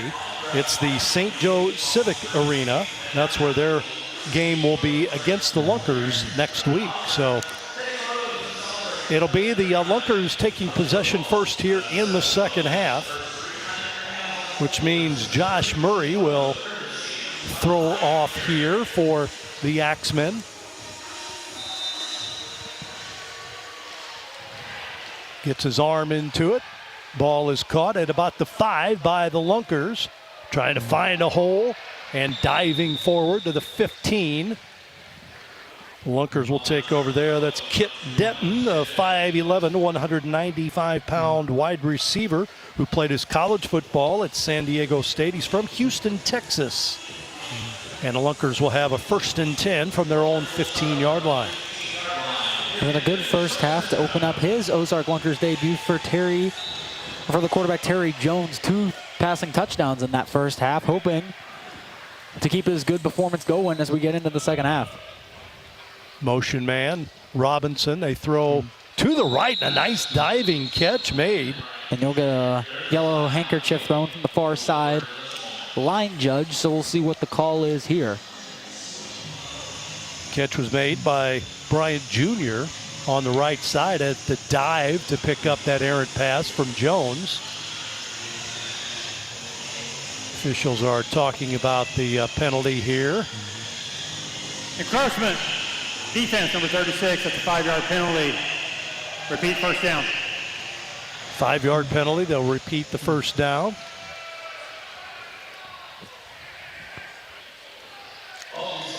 So football now at the 20 for the Lunkers.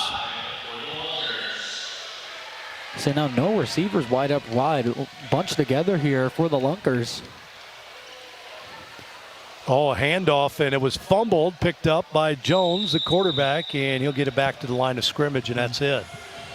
So 2nd and 5 now for the Lunkers. Tried to stick it in the gut of his running back, and a little miscommunication there.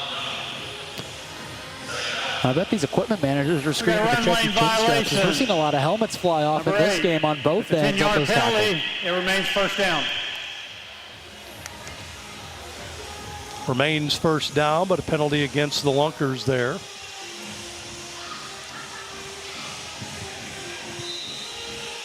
That was interesting, all bunched up like that. No wideouts on the receiver. That's a formation you don't see too often in this type of league. Now they spread it out. Twins on the left side, motion to that side as well by the Lunkers. They set up a screen over there, get it in the hands of Bryant Jr., and he gets it back to about the 24-yard line, make it the 19-yard line, not quite across the 20 yet, and 18-yard line. And those screen plays are so hard to execute for big gains up the field. You're only running that type of play to really get a few yards upfield. Not enough room to really execute that screen the way you would normally see in any other type of football league. So good job getting a good little bit of yardage there. Snap back, Jones dropping back, throwing deep. There's a timing play. Oh, just underthrown as the official goes down. Pass intended for Emory Bryant Jr. The official backpedaling, and he lost his footing in the end zone. He's smiling. He's all smiles. Heck yeah, let's see. Oh, they're going to show the replay of the official going down. Oh, no, you can't do that. Good to see he's okay laughing about it. He's hustling out there. He's doing a great job out there. And again, just a bit of an underthrow right there from Terry Jones on that one. Almost a great connection downfield. That would have been huge for the Ozark Lunkers. 3rd down. Jones rolls to his right, gets it midfield. Ball is caught across the 20, down to the 18. That is caught by Austin Potter from Fairgrove, Missouri, his 2nd catch of the game. And one thing about his game from Terry that has been very good throughout this whole thing has really been impressing me are his accuracy in throwing on the run. doing a great job of if it's on the over the middle, over on the sideline. Great job on the run executing those throws. 1st and 10. Pass right side again. Caught. This time by Dennis Robinson. Big 6'5", 220-pound target from Miami, Florida. I just talked about him being able to throw on the run, but again, right there, dealing out quickly. Snap, one read throw. Just shows the effectiveness of this play calling right now for the Lunkers. Only never really needing to read one side of the field to find his man, as the offense is humming for the Lunkers. Gain of 6, 2nd and 4. High snap. They stick it in the gut of the running back, Bryant Jr., and he will get it very close to a 1st down. They're going to mark him down inside the 10, so it will be 1st and goal for the Lunkers. And a great script for the Lunkers here. Started bunch, and as we're going down the field, they're moving wide up. Now they go back, but open the hole there for that run play, just to set up that run from the start of this drive from the way they were calling plays. Yeah, they're going tight here, changing his direction. Still on his feet, but going to be a loss of a yard on the play.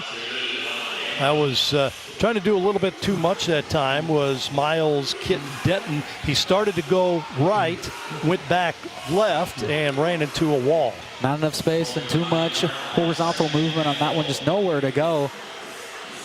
Unable to make any room to cut up to the other side of the field. And now again, still bunched up. Interesting formation you see, almost like a box. In tight offensively. They fake the handoff. Oh, and quickly with the penetration and the sack for that's Richie Murphy for the Axeman, getting in there untouched into the backfield. It's a great blitz and a great job also of not being fazed by the play action, staying with the quarterback. Great play right there, and that's been the man making defensive plays for Eau Claire. Richie Murphy's been everywhere on the field from that safety position. And a huge play setting up 3rd and goal here behind the 15. Looks like the 17. Jones going to throw it up. Jump ball to the big 6'5" wide receiver Robinson, in and out of his paws and out of the field over the wall. And a souvenir for somebody here at the tackle box.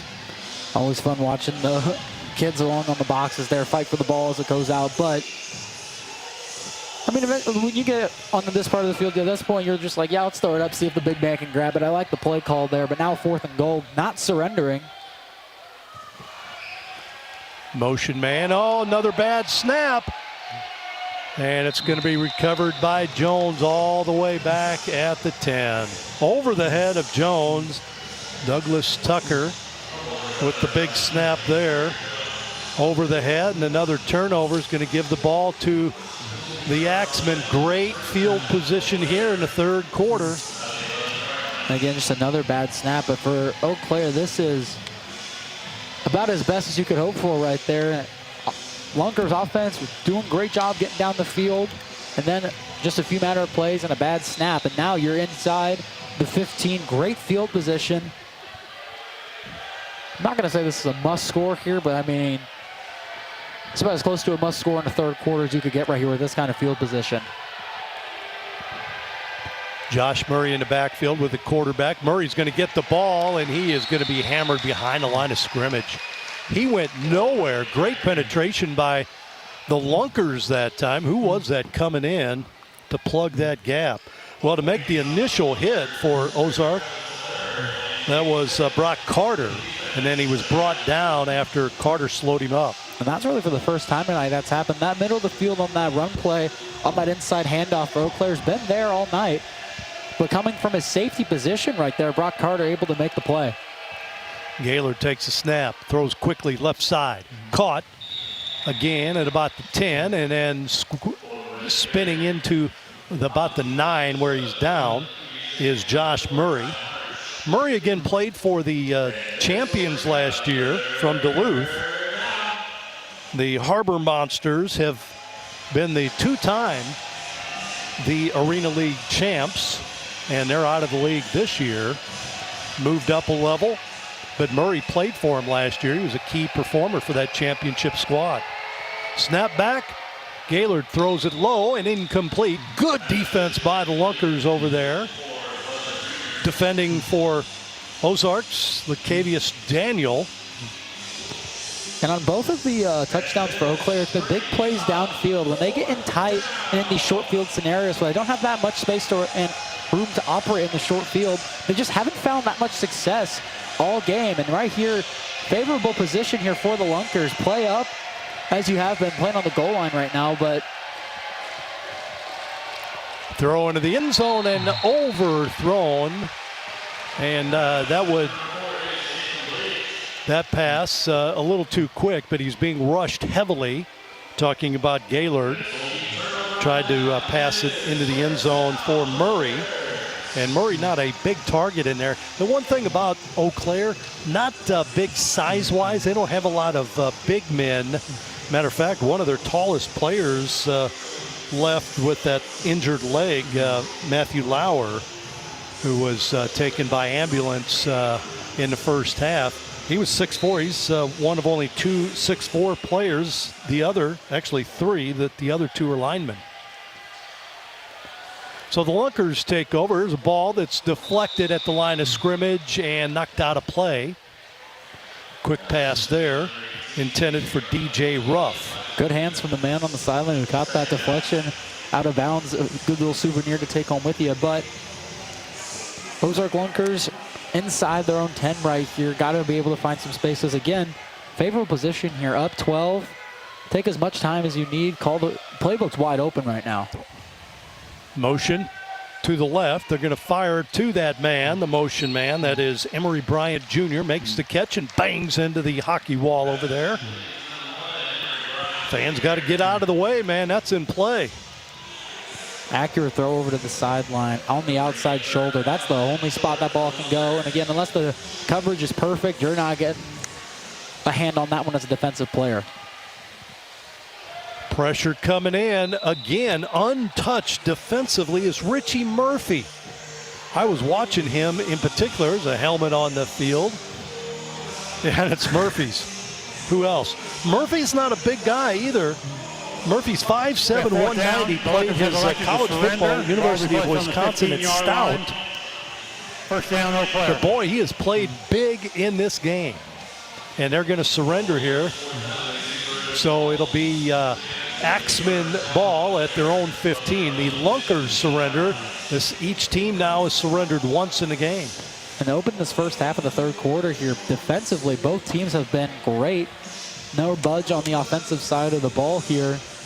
Richie Murphy, again, key player right now, and the star player really for this Eau Claire team, making plays and keeping the Axemen in it. And this is where for the Axemen, throughout this game and offensively, where they are been their most dangerous. They have space to operate, the motions they've been gritting, the speed of their smaller team. Got to be able to try and dial up something here. Get an open space, maybe try and run some type of natural rub route here. Gaylord with the offensive unit out there again. They're in tight for the most part. He's going to try and run. And again, a little misconnection between he and his running back, Murray. Gaylord has to pull the ball out, and he is tackled in the backfield. Actually went down himself. There's not a lot of positive points right now for this Eau Claire offense to start on this third quarter. Got to figure out something here. Try and utilize the speed, because again, that's what we're saying. We're coming out of the break inside their own 15. Ozark Lunkers, they're playing up on defensive coverage here. Gaylord looking deep, rolls to his left, still with the football, being pressured, still being pressured, has all kinds of time. Now finds it a short man on the right side. It is caught and down after a gain of about 8. But all kinds of time to pass that time. Malik Gaylord got out of one person's grasp and was able to roll to his right there. There's a second. And one of the most valuable things as a quarterback you can do in this league in that type of position is just extend the play. Shedding a sack there, able to keep the play alive. Dead to rights over on this far corner, on this back left corner here on our end from the end zone. St. Clay Grant with the reception there. Here's a pass into the end zone. It is intercepted by the Lunkers. Intercepted again. Brock Carter with his second pick of the game. Are we talking about a Player of the Week award here? It was actually going to be Beautiful play right there. And again, that's just a 50-50 ball. And on that type of play to the end zone, you have to be able to get that ball up, get some arc on it, able to get your guy up. When you throw it flat without really much of an arc on that one, it's just easy for whoever's on the inside to get to that one. And on that one, it's Brock Carter fighting to get on the inside. Beautiful defensive coverage there. The Lunkers get to get inside their 5, but then that's the 4th interception today for this Lunkers defense. And the second for Carter One, his first, a pick 6. Lunkers with the football at their own 5. And I believe time is going to be called. So there's going to be Eau Claire calling a timeout here. We got a timeout.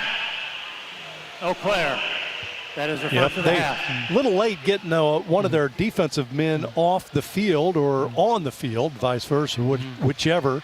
So they had to burn a timeout. Also gives you time for your talk it over with your defense. Be able to really set in what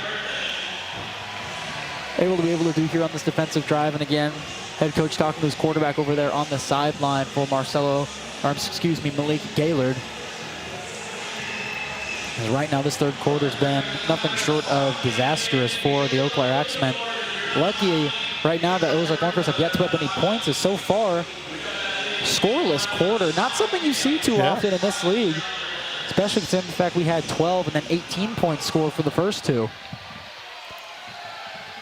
Jones has his team set. Motion man left side. Snap. Here's a quick hitter to Kendon Walker. Walker will get it across the 10 to about the 15 before he stopped, and that's very close to a first down. And a little extracurricular activity. Did the ball get jarred loose? They're still blowing the whistles, and Eau Claire thinks they have the football. They're going to take a look at this one for sure. I think they're going to see if he was down or not. Definitely going to be a close one. But I think the camera from down here is definitely going to be able to get a good look at it. We'll see. As Eau Claire do think it's a fumble, definitely going to be a tough one as here's we're going to be on the replay footage here. As he falls down, does he get an elbow or a knee? Oh, it did. It did. Well, he gets the elbow down, but pops out soon after. They're definitely going to talk about this one as the officials are convening on the field. I think he's got a knee and an elbow down, so we'll see as the official to our left is talking. Yeah, does the ground cause the fumble? Does that matter in the Arena League? They're looking at it to our left right now, as you can see it as well. It goes in and out. Now, if it was a fumble, who actually gets the recovery? You see McCaleb there, the 36-year-old, fighting for that one. And if they are going to rule this a fumble, it's definitely going to talk. That will definitely come into play on who actually has it at the time they call it, because there was a long scrum for the ball after the fact. So a lot to really deliberate here. The fishing crews, the Whitecaps, seems to make a call. Coming over. After review, we do have a fumble recovered by Eau Claire. First down. So it was a fumble, and Eau Claire with the football. So McCaleb. Here's big cheer for the older guys playing. He's had a couple of good plays in this game. A huge play again. Now Eau Claire for the second time this quarter is going to have it on the Ozark Lunkers half of the field, right at the 15-yard line. See if they can do anything in this short yardage window here. And it's the second fumble recovered as well from the Axemen to add to their 3 turnovers. Snap back to Gaylord. He throws right side, overthrows Butler Jr. Incomplete there. Right play, had the space, just missed him. An unfortunate one to see. Quick 5-yard hitter.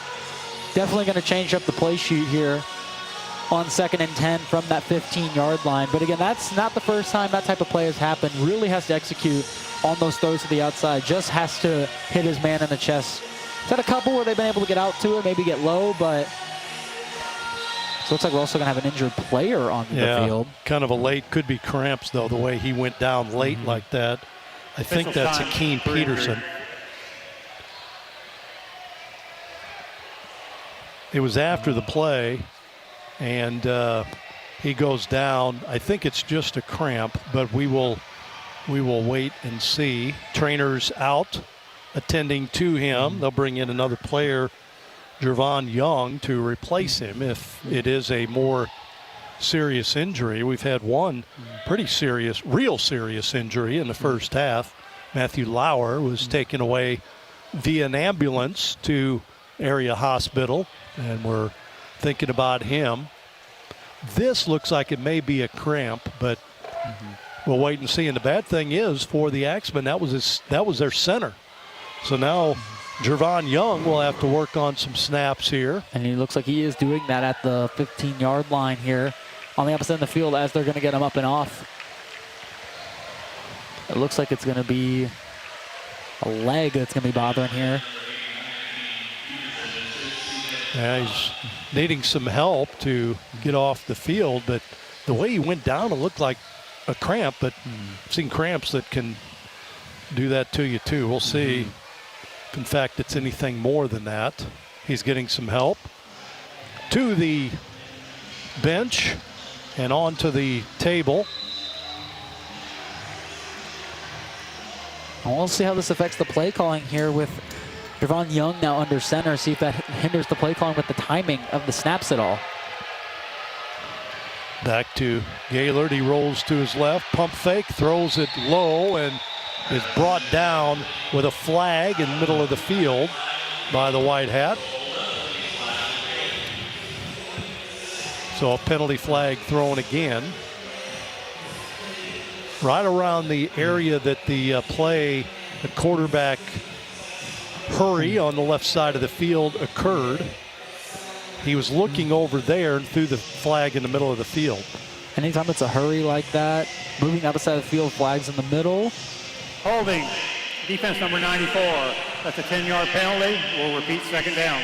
That's normally the result you're going to see on that type of any football play in any league. So holding sets them back to midfield here on this second down. Correction, hold is on offense. See the fans here and the suites right on the field, man. They can hover over. They're part of the game. Here, I love that about the Arena League. Big long play here is quick out on the right side. Caught over there trying to get his way out of it and hit into the board. And a big hit there by the Lunkers. And there's going to be a flag now here thrown from that line judge. We'll see what he ends up calling, but a huge hit. Ty Marsh. Dance along on the sideline for long enough. That's what's going to happen. The guy's going to come flying over from the other end of the field and make that type of contact. We'll see what the officiating crew calls here as another flag thrown. Seems like this has been a long quarter with a lot of hankies thrown. Well, the way the game's been going, the physicality of it all, it's bound to see a little bit more flags as it gets a little bit more of a high-pressure scenario, if you will. 24-12, that was our halftime score. Still 24-12. After the play, unsportsmanlike. On the defense, number 5. That's half the distance to the goal. Automatic first down. So interesting here. They're going to go that on number 5. Brock Carter. And Brock Carter, even though Ty Marsh is the one who made the tackle. And you saw after the fact he throws his arms up. Curious to see. Correction, the end of the run is a 21. So we're going to go 15 yards. First down. And that will be a first, too, as well. From the 25, moves him down to, see where they spot him here. Right at the 5-yard line. But again, looks like the 6 is officially. Yep. Viewing all the way down across the end. 6 and the 5 got a little confused. Gaylord throws it low again. His touch pass is not quite there in this game. You notice that? The short passes like that look like he had an open man. Josh Murray on the left side, and he throws it well below his feet. And then some of his long passes have come up a little short as well. So some of the touch passing in this game by Gaylord not quite there. Because when this short field scenario, you take away the ability to make that running play in transition over the middle of the field, which is where they have been succeeding when they get those throws in. When you run out of that space, another. We have a delay of game. Offense number 2. That's a 5-yard penalty. And that's not going to help any matters. Second down.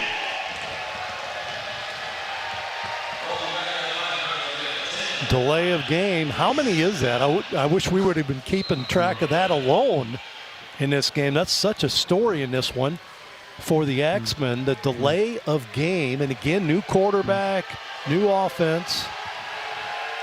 It's been costly. A low snap, and Gaylord just going to drop down himself.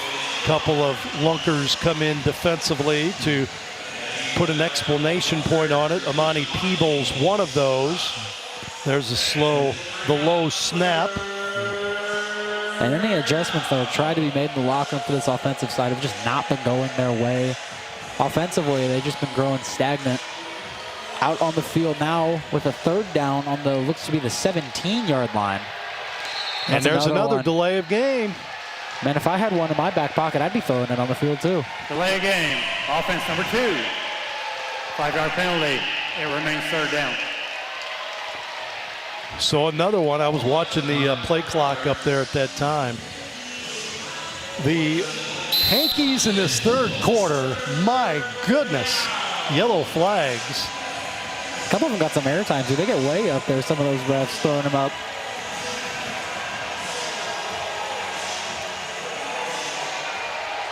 So they got to score. This is an end goal play. Oh, they throw it in. It is intercepted by the Lunkers again. Intercepted near the goal line. And they will stop the play at about the 10-yard line. That is picked off by DeJuan Hughes, 6'2", 185-pounder from Crawfordville, Florida. Played his college football at Allen College. And that's just not the right throw to make there in that position. Way too covered, multiple men in that area of the field. And this is like the last picks I was saying earlier. It's that same spot. If you're going to make that throw, you have to put more touch and air under it. A throw like that is just bound to get picked off, especially in a high traffic area like that. Not a good performance there on that throw. Terry Jones brings the offensive unit out. There's a quick hitter on the right side. Caught, still on his feet. This is Kit Denton, and he goes all the way. Slithering through a couple defenders, making a great move at about midfield, and Kit Denton gets on the board. The first score here in the third quarter by either team. What a great play right there, and the elusiveness right there from number 2, Miles Kit Denton. Just a quick hitter. Makes a man miss, cuts back up the middle of the field, has a blocker with them, and then it's just a house call from there. Great playmaking right there from Miles Kit Denton. And the woes continue for Eau Claire as it's a good third quarter for the Lunkers right now. Finally getting the first points of the quarter. Looking to also get our first extra point of the game. 2-point conversion here, attempt by the Lunkers. Jones is going to throw it up, and it is incomplete. And again, you can intercept that pass because it bounced out of the hands of Kit Denton in the corner of the end zone and nearly picked off by the Axemen, but it went to the turf, incomplete. We still haven't had an extra point in this contest, but the Lunkers do score. They lead it 30-12 with about a half minute left in the third quarter. And this just might be my memory jogging, but I think last season opening game that we had against St. Joseph, there wasn't really a lot of extra points in that game either. This is a common theme I'm noticing here with week 1 games here at the tackle box, but great showing again. The highlight of this quarter has just been the defensive unit for this Ozark Lunkers, shutting down every bit of offense Eau Claire had. Eau Claire trying, I mean, again, as we've said many of times, no lead's really safe in this league. A lot can happen. A missed tackle here, a missed block can take a guy all the way up and get a return for a house call. So always time for things to go the Eau Claire Axeman way. Throw off, Daniel down the field, caught by Butler Jr. near the goal line. He's not going anywhere. There goes the helmet. They blow the whistle. He is in. Is that a safety? They're going to, looks like down him just before at the 2-yard line. I think they blowed it. They should have blown it dead after the helmet came off, was going to be my bet on the return, coach, especially in that scrum. Jim Britton is out complaining to the official. Why didn't you blow it earlier? My man got mauled in the end zone, and now a flag against the coach, and now a player down And it looks like Butler Jr. The one is who's down Play, unsportsmanlike. near Goes their to the bench. After this is a bench goal, first down. after he was tackled. Boy, all kinds of stuff going on after and during this play. And the man down the field right now was the man whose helmet came off for Marcelo Butler Jr., but now in some more convening. Will be half the distance to the goal, so now they'll be right at the 1, back against the wall. Normally that's a figure of speech. In this league, it's literally, there's a wall behind them. So good setup here for the Ozark Lunkers defense, who have been very dominant, very aggressive. As we said, I was saying at halftime, the Lunkers have to continue to be aggressive. They've been doing that, and it's been shutting down all of Eau Claire's offensive ability so far. As we set up to go again. 24 seconds left in the third.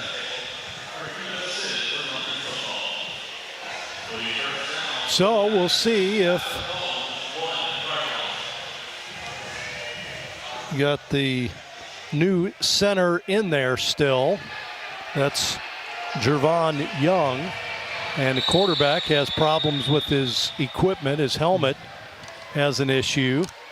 So they had to call an officials timeout here. I believe, let's see, the white hat may let us know what's going on. He does here. Timeout. Eau Claire. That is their second of the half. Eau Claire calls time. And we'll see later as Akeem Peterson, the center, who went off earlier with what is a suspected cramp, does have an ice pack around his calf on his left leg. So we'll see if that's going to be what it was and see if he comes back in later. Something to note about. I saw the trainer rubbing that area like it was a cramp, but I don't know if you've ever had a severe cramp. Those things can be debilitating sometimes. Haven't had one that bad, no. I've had a fair share of leg cramps in my day from a bunch of running I used to do, but definitely not something you want to see. Definitely needs some time before getting back into the game as he's talking with his head coach. And now, number 1, the man whose helmet flew off, it's Marcelo Butler Jr. now on the trainer's table. Well, and he may have taken something on the head because he was kind of rubbing his head a little bit, but looks like they're working on something on his arm over there, the other arm, elbow maybe. I mean, when a helmet flies off, the play is not blown dead. Naturally, there's going to be a little bit of an uproar from anyone on the field who's wearing a white jersey right now, so understandably so. But on the 1, got to focus on trying not to allow a safety here. Quarterback, Be careful. Malik Gaylord, is in the end zone, takes the snap, rolls to his right. He's going to throw it short. It is caught and into the wall over there on the right side.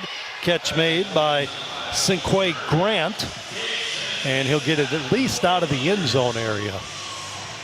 And this Lunkers defense is flying into the boards on that one, on that aggressive hit. Gabe right there. Smith was the guy. He was last year.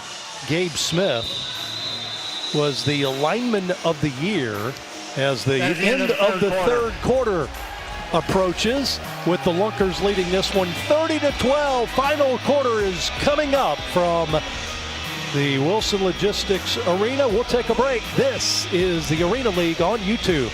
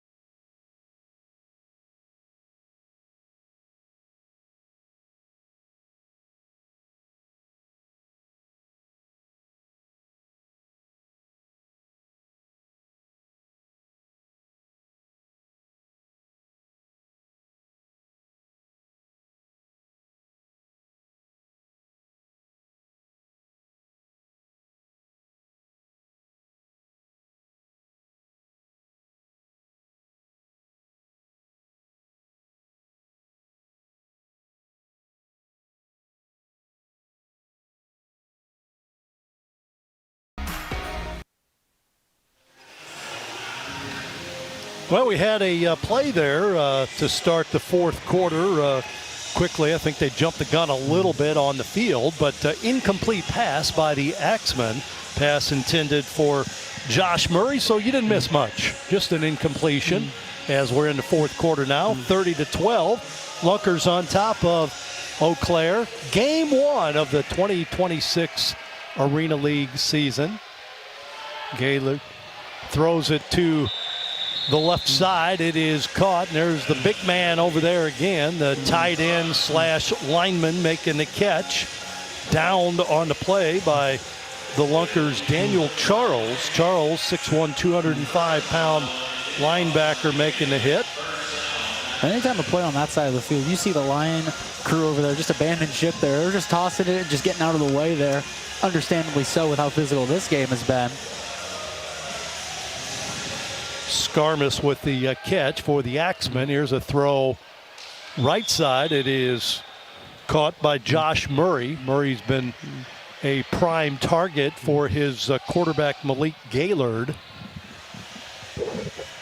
He will pick up right at 9 yards on that quick hitter. You'd also got to think they'll be looking to Marcelo Butler Jr. as he's the only Axeman who's been able to find the end zone so far in this game, both on passing touchdowns from Malik Gaylord. Second and short. Snap back. Here's the give. Up the middle. Don't know if he got there or not. That is, again, the running back Murray. And he was tripped up right at the line of scrimmage. They're going to say he really didn't pick up anything. So it's third and short now for the Axeman. It's a great job right there from Daniel Charles. It was quite Travis the third on the first contact, but to plug the hole and stop that from going anywhere else was a returning Lunker in Daniel Charles for his second season. Snap back. Gaylord dropping back, looks left. Caught, first down. Banged into the wall over there. Once again is Murray. But he picks up enough for a first down. Starting to find more space out there. A little bit more motion, a little bit more movement on the line of scrimmage for the Eau Claire Axemen. They're starting to find some space and get the ball downfield. But again, it's just the short game that's really been working for them, as now you'll see they're going to be a vertical motion here from Marcelo Butler. Try and get some speed here. Gaylord takes a snap.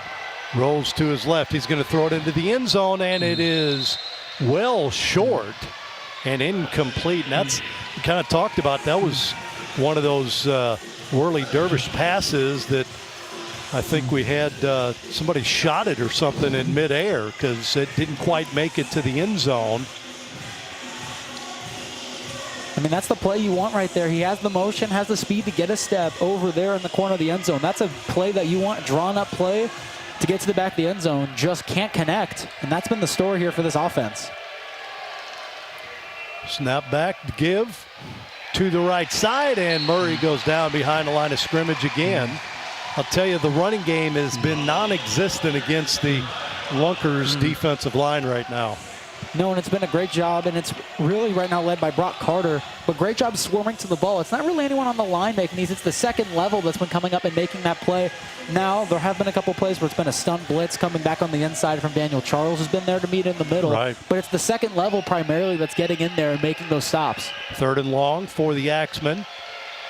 Okay, looking downfield, still on his feet.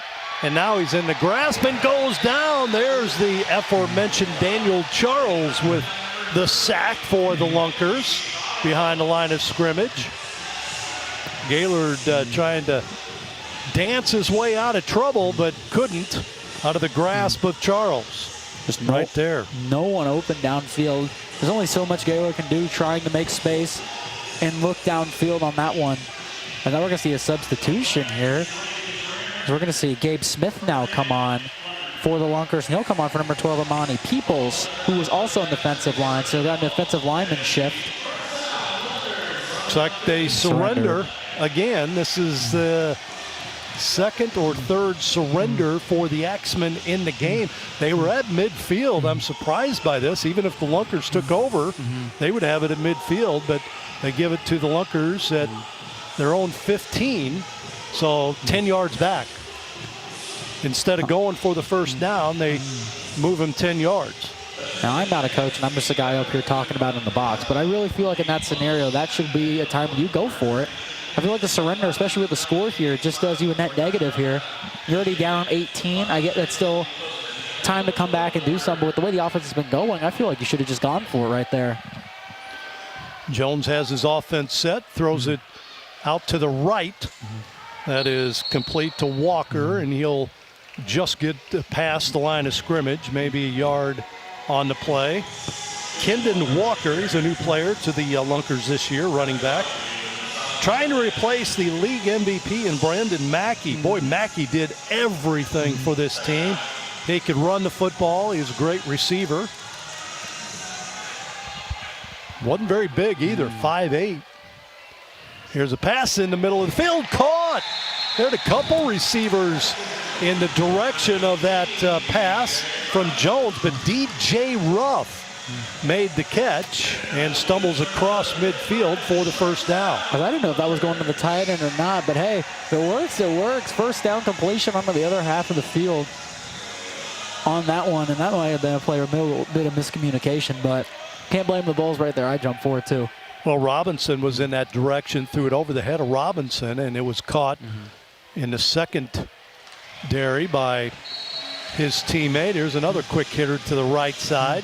That is the aforementioned Dennis Robinson. He's been big, uses his 6'5" frame to his advantage. Now, they haven't won a jump ball in the end zone yet with him, but I expect to see that this year. He lines up on the left side. Jones set in the backfield. Oh, a high snap, but he jumps up and picks it up. Runs around. Jones still on his feet. Is going to fire it into the end zone. It is caught for a touchdown.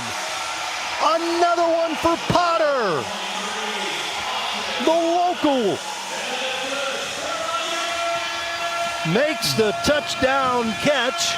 Austin Potter leaps up and grabs it 2 yards into the end zone. And the Lunkers on the board again here in the fourth quarter. Just broken coverage. You see three red jerseys on 2 white. Someone was not in the position they were supposed to be. Just found broken coverage. And a beautiful throw on the run, and Potter grabbing his second. Great scheming and play calling there from the Lunkers to find completely unguarded man. They'll go for one here. Motion. This is Walker to the left, and they're going to throw it to him in the end zone. Did he score? Flag. I think he went over the line of scrimmage for that pass, but we'll see. The quarterback, Jones, stepped up in the pocket. And again, remember, you got to step up in the middle of the field. The quarterback has to, but he can't run on that anyway. And they're trying to square this up. The white hat out on the field, and we'll have the call here.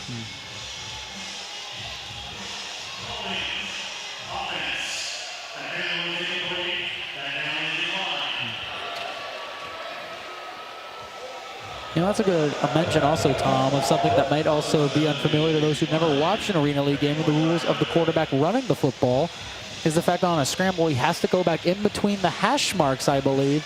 So you're not allowed to just run it on the outside. He's got to come back into the hash marks, which is why you see a lot of quarterbacks when they run, move back to the middle. If they run out right, or if they run out right or left, don't see anything, they'll turn it back around and go back up the middle of the field so they have a chance to try and scramble and get some yards out of it. So that's another rule that is for the Arena League for the scrambling of the quarterback.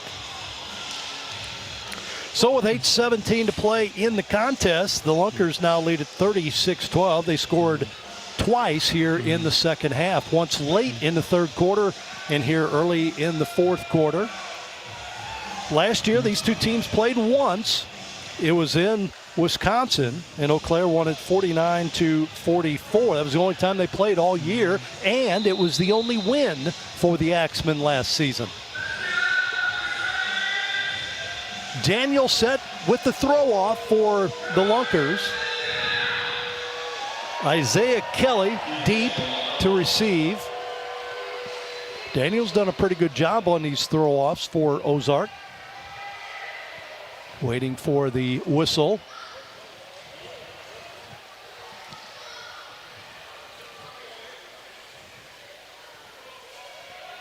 And here we go. Oh, he lets loose one. It goes into the stands.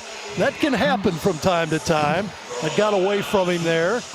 And that's going to bring it out to midfield now. I got nervous. He's about to hit a spotlight up there on the scaffolding right by that air dug. From my angle, it looked like it was about to hit one. I'm about to say to everyone, look out below if you're one of those boxes down there. But so that's going to be a penalty, and that puts him at midfield. So if that goes out of bounds, and also on throw-offs, if it goes out on a bounce, it will also be placed at midfield. So if it goes out of bounds at all for any reason, it puts them at midfield. So pretty good position here for the Axeman. And their starting quarterback, Malik Gaylord. He's in the backfield by himself right now. Takes the snap, drops straight back. Looking, going to go to the right side. Ball deflected by the Lunkers and caught. It went off the fingertips of Daniel Charles and then was caught by Josh Murray, who was right behind him. Got bailed on that one through the hands. Almost the fifth interception of the day. Fifth interception would be the right one there on my count, but got lucky on that one. That was an interception. Ends up turning it to be an 8-yard gain for the Eau Claire Axemen. Gaylord communicating, and the clock just expired. Now they finally throw the flags. I was looking up, and he had clapped his hands. I wonder what the line for over/under on the delay of game calls would have been for this game. That's something that the Axemen are going to have to work on. Their quarterback's going to have to keep an eye on that clock. It's right in front of him. He can see it. It's right below us here, but he should be able to see it on both sides of the field. He has it rolling to his right, being pressured. He throws it into the end zone, wide open. On the play is Butler Jr. in and out of his fingertips. Incomplete. Now a flag on the field as a man is down, and it is going to be Malik Gaylord. He's now finally back up. Took a shot there on the boards. Well, he was rolling to his right and got a beautiful pass off to his teammate Butler Jr. Personal foul. Personal tackle on the defense. That's a 15-yard penalty. Goes for first down. So a penalty against the Lunkers. And with this game, when we've been talking about how the Axemen haven't always been executing when they've been able to put points on the board, that's the prime example that I'll be using for this one. Beauty of a route, wide open, no one around him. Hits him right in the numbers and can't corral it. Gaylord has his team a first and goal here. Rolls to his right, looking into the end zone. Fires a bullet. Ball tipped up and then out of the fingertips of a Axeman player who would have had an easy score. I believe that was Cinque Grant. On the deflection, he would have walked into the end zone from about the 1. There it is, there, and he drops it. And it's what they tell you when you start playing football, you got to catch it before your feet move. He goes to try and move before he has the ball, and then just drops it. Sometimes it's just that simple of an explanation on that one. Twins on the left for the Axemen. Low snap. Gaylord rolling to his left, fires it into the end zone, caught. Murray with the touchdown there from 7 yards out.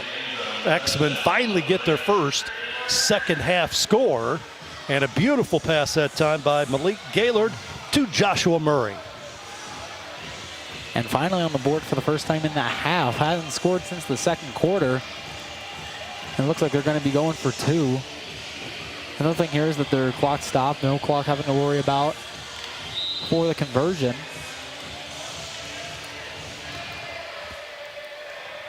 Should be 36-18 now as they go for 2 here. Snap down. Gaylord rolling to his left, looking. He's going to fire another bullet to Murray. Same spot, same play, same result. Oh, they're going to say no. Oh, I think they'll look at this. I thought he had his feet in. And a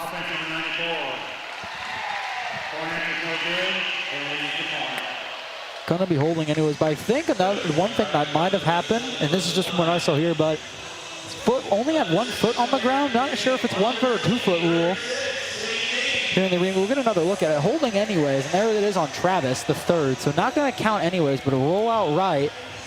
And a fire into the end zone. Not really sure that could be down at the 1 unless the ref, he just, I mean, not from our angle, but didn't have full possession, but he bobbled it a little bit in his hands right there. But again, won't matter anyways due to the holding call that offsets it. My favorite referee right there in the league. Smiling, clapping, shaking hands with the fans. Good nature. I'll tell you what, the officials have done an outstanding job tonight. I mean, this is year 3, and by far, the best job that we have seen in the broadcast booth of the officials. Again, they've changed it up. They've got 4 officials on the field. They got 1 running the clock. They got 1 in the booth, 2 of them in the booth here. So they've increased the number of officials, but man, they've gotten everything right. And again, yes, I agree. It's been a really good job from the official and officiating crew here. And on the plus side, they've been able to throw the yellow handkerchiefs a lot today. So they get to, let's get to have some fun a little bit and throw the flags. Murray will have the throw off for the Axeman. Should be 36-18.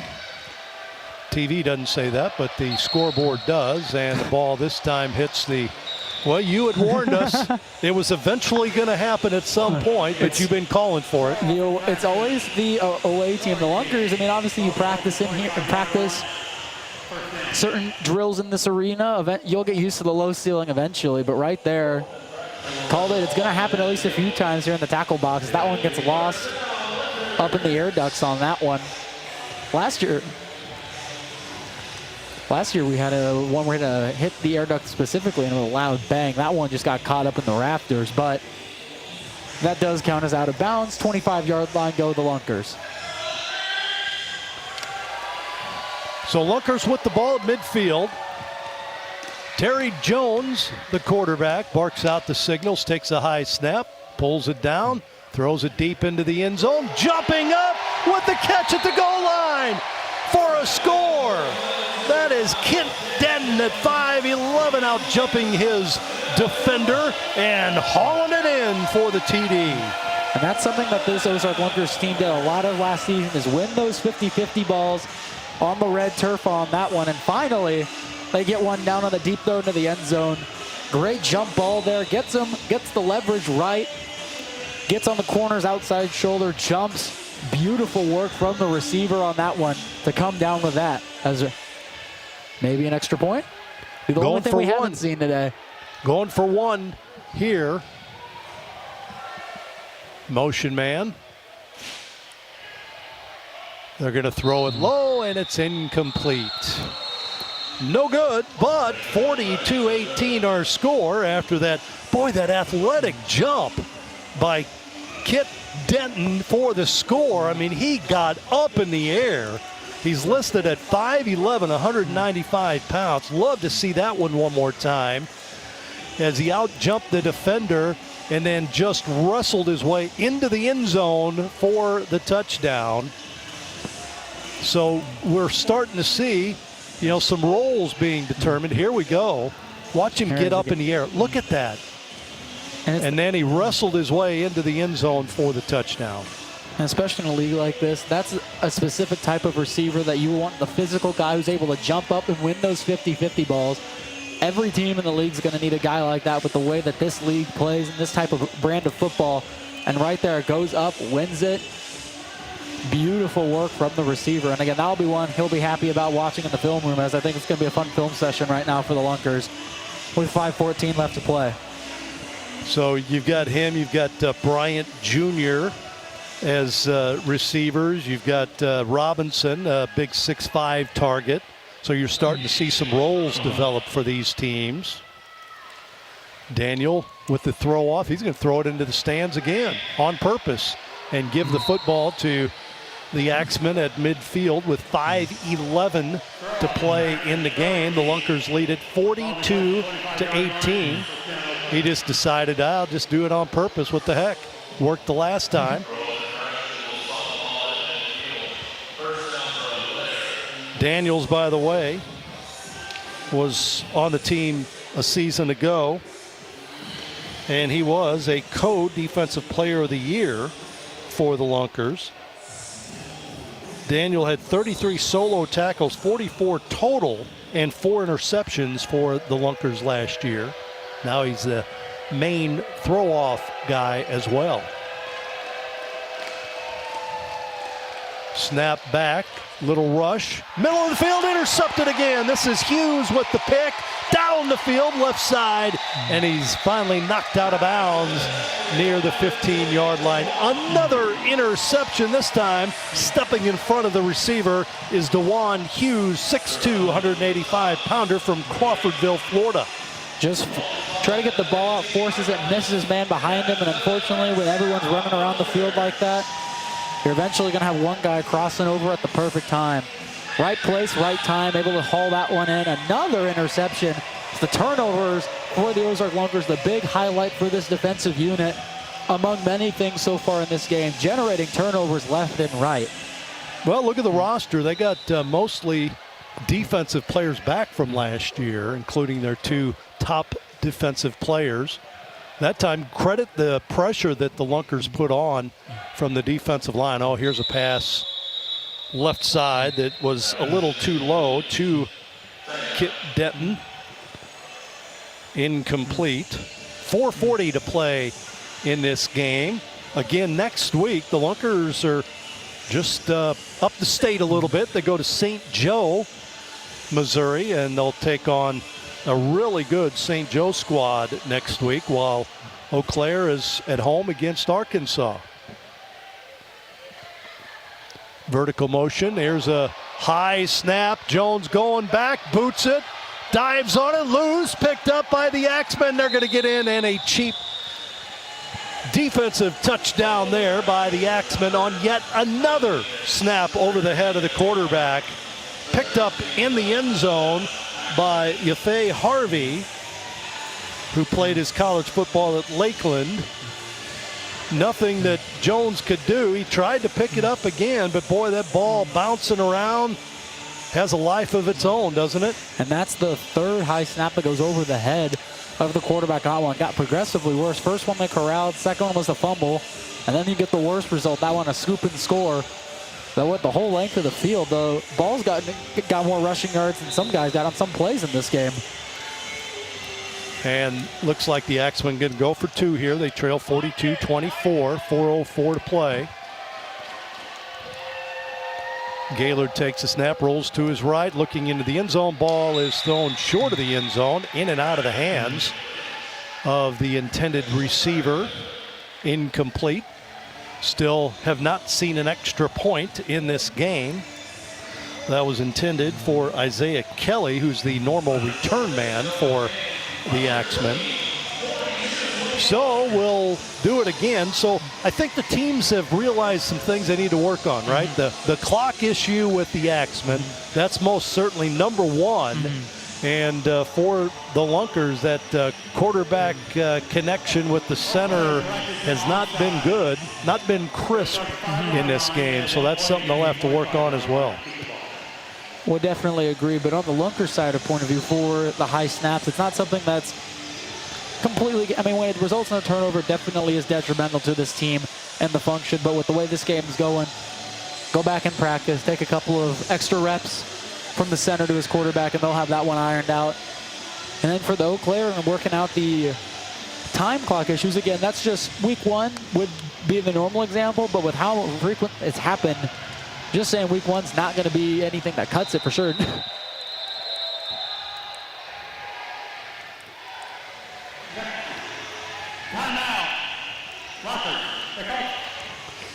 Well, Lunkers call a time. They had too many men on the field, so they had to blow a timeout with 3:09 to play. One of their players, Emory Bryant Jr., thought he was going to be receiving a throw-off, and he was still on the field. He had to jump over the wall and get to his bench on the other side of the field. We saw that earlier with one of the players from the Axemen jumping over a wall and coming around the entire outside of the field. differently on those changes where you don't have a guy off field. Normally you're able to get to your bench, but then you realize the wall's the same height everywhere. Fans have eaten a hot dog down by the box level, down on the ground. All of a sudden you got a player jumping into your box. Well, if you've got a souvenir football, then you could play catch with him while he's in there, right? Because there's been a lot of souvenir footballs in this game. Anything thrown over the wall is yours, fans. So come on out, support the Arena League. Here's Gaylord trying to get loose, looking downfield. He's going to fire up middle of the field. It is caught right at the middle of the field. Making that catch is Butler Jr., Marcelo Butler Jr. with the catch. And again, the only thing that the Eau Claire's really got going for them was that middle of the field, over the middle type of play right there. And refs convening. Let's see what this is about. Didn't see a marker on the field. Holding. Offense. Half the distance to the goal. We will replay the onside kick. And right now it's take a step forward, take 3 steps back right now for Eau Claire. Finally have a play, gets them some good yardage halfway through the field. Holding sets them back.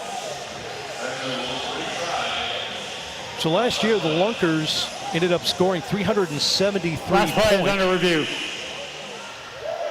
I apologize for that. Talking with the officials there. Lunkers scored 373 points last year, gave up 409, while the Axeman scored 286, by far the worst in the league, gave up 419, number one, or the worst in the league. Looking at the play again. Sliding catch made by Butler, showing that a few times here.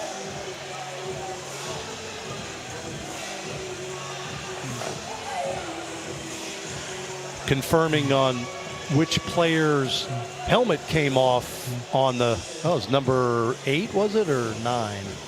Oh, no, 0. Ethan Skarmas' helmet came off for the Axeman. And even with it, staying with the play too, continuing to block for his quarterback, even after his helmet gets thrown off. Credit to him there. Gaylord in the end zone is going to throw it deep downfield and throws it out of the playing field. Over the wall, and a souvenir for one of the faithful here at the tackle box. A little extracurricular activity there by some players on the field. 2:47 to play in this one. Lunkers going to improve to 1-0 on the season. Incomplete pass. And they'll head on the road against what should be a big rival in St. Joe, right? Used to be Kansas City year one, St. Joe. And that game last year when we called it, definitely fireworks would be the subtle way of saying it, but that was a very high intensity game, a lot of chirping, a lot of physicality, and a very fun finish. It was a walk-off too last season, if memory serves me correctly. Lunkers will have the ball. Great field position with this lead. See what they do here. Jones takes a snap. He'll give it to his running back, trying to get outside to the right. And there's your first score for Kendon Walker. 5'10", 210-pound running back. The 10-yard penalty. Tackle run play to the right side. And the Lunkers now lead it 48-24. And everyone crashes inside. Only one man to beat on the outside. Right there for Kendon Walker. Does it with ease. Walks into the red turf on that one. Because that's also, I believe, your first rushing touchdown for the Lunkers for the whole game. Well, there's a flag apparently. So it's still first and goal. They're going to throw it into the end zone, and it is caught. Caught once again, and there's Potter.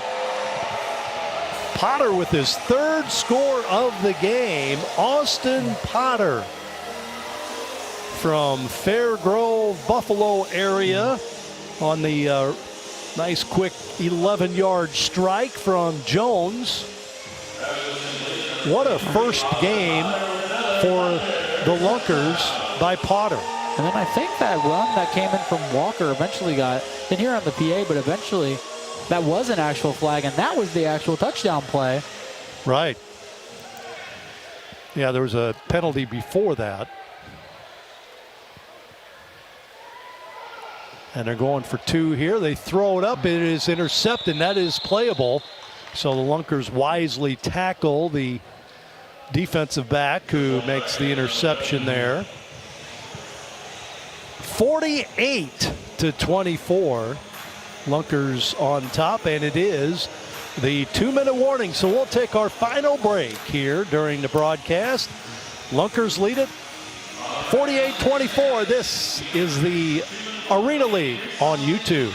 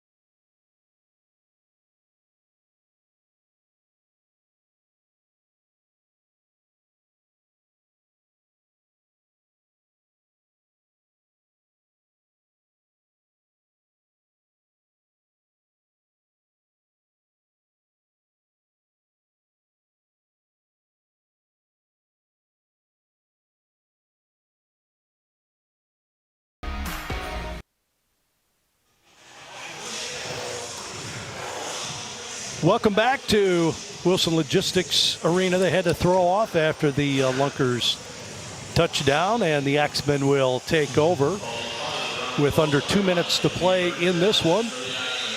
Lunkers look like they're going to pick up their first win of the season and get ready for their first road game of the season. A lot of firsts, obviously, this year. Road game next week. Axemen will have their first home game next week. Make sure you get tickets to that in Eau Claire. Be a lot of fun. It's a fun team to watch as well. They got some talent, including Butler Jr., 5'8", 170-pound scat back. He does a little bit of everything for this Axeman team. He's going to be fun to watch. Has definitely been the main target for this offense, and really the big key piece from this offense. You know, has had its struggles throughout the game, but has been able to contribute and produce 2 touchdowns on the day, both in the first half. He and Josh Murray, a couple fun guys to watch. Here's Butler Jr. again on the right side. He's going to be gang tackled eventually, I think. Finally knocked to the turf after a good gain there. Whistle blows. Clock continues to tick here. And he fell backwards into his teammate, Derek Marlowe, their number 59. He just grabs him and pushes him an extra almost 10 yards. Just hoping his teammate continue to get over, say 10 yards. Rough estimate, about 5 actually. Gaylord spreads him out. Goes with the quick hitter, incomplete.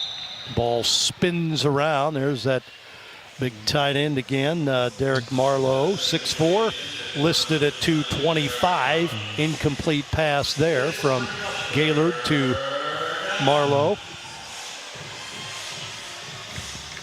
It's going to be a good first of showing of 4 of them that we get to see at the tackle box. Opening week for the Ozark Lunkers fans here in Springfield. Great second half offensively from this team, and defense really the keys. And the MVP of this game is just that whole unit.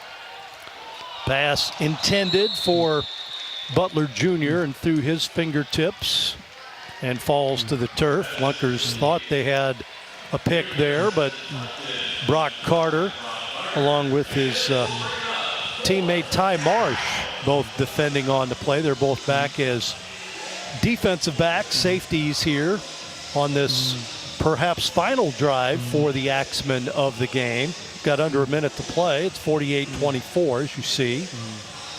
And definitely putting the rest of the league on notice with the secondary performance in this game to open. Definitely putting the league's snap here. Long pass into the end zone, overthrown, but we have a flag.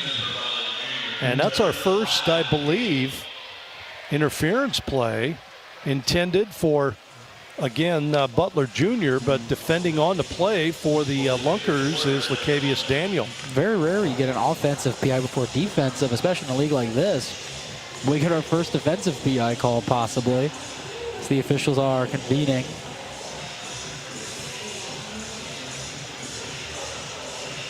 Talking it over here with less than a minute to play in the game.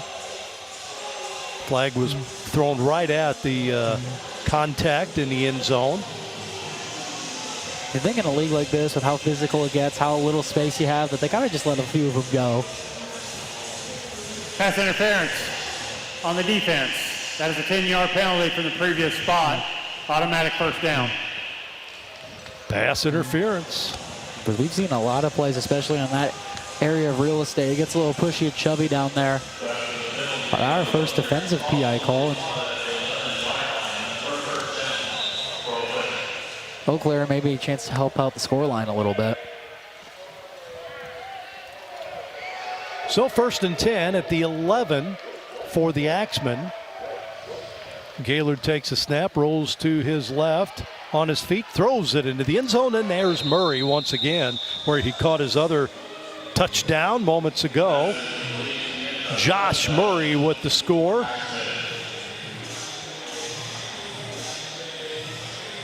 And that'll be his second of the day as well. Same spot too, same route honestly as well. Just a little comeback in that little area of the field to put 6 on the board for Eau Claire. And they will line up for 2-point conversion here from the 10. 2 point from the 10-yard line, 1 point from the 5-yard line. That's the extra points situation here. Gaylord takes a snap. Boy's being rushed heavily.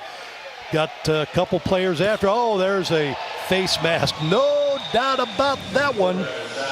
Gabe Smith reaching around, but he got the mask of the quarterback, and I think everybody in the house saw that one.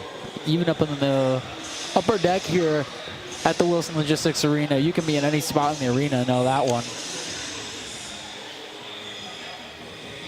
And you know, when he guy steps back, backpedals a little bit, and you reach out to get him, it's bound to happen every once in a while. Personal foul, face mask on the defense. We're going to go half the distance to the goal. Still going for 2. So now it'll be for 2 at the 5-yard line. Yeah, bound to happen when you reach out, try and grab him like that. It happens. Luckily, quarterback hopefully stays safe on that one, because you know those types of plays can cause some injury chances, but keep an eye on number 4 over there on the left. That's Murray.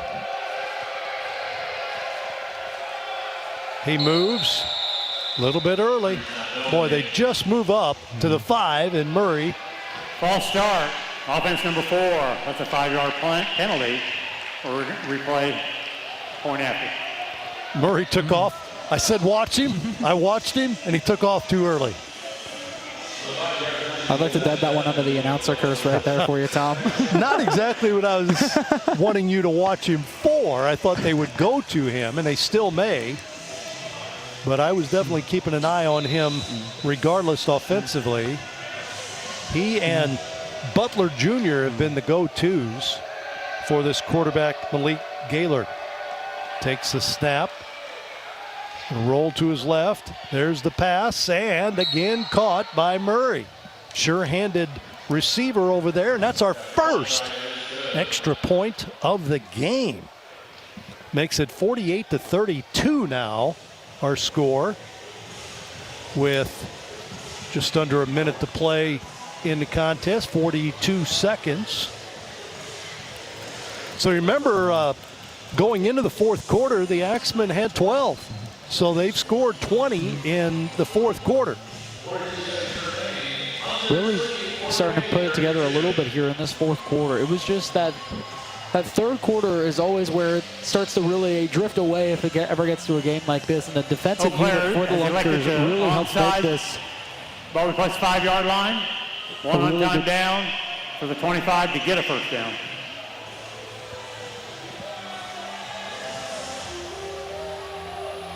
So this may be the team down. Yep, they're going to go for the onside conversion here.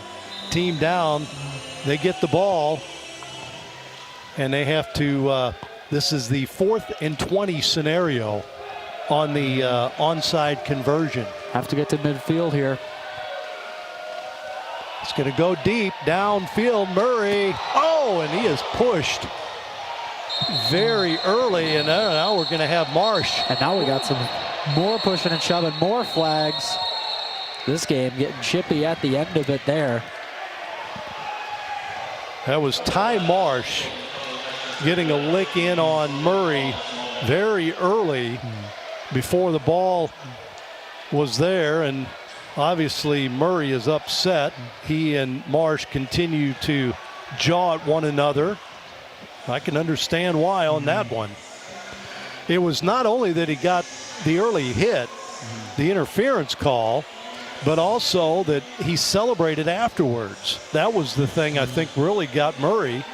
And he's walking off. I was going to say, I'd be thoroughly surprised if he stays on the field or in the game after that type of hit, as he goes off on the field.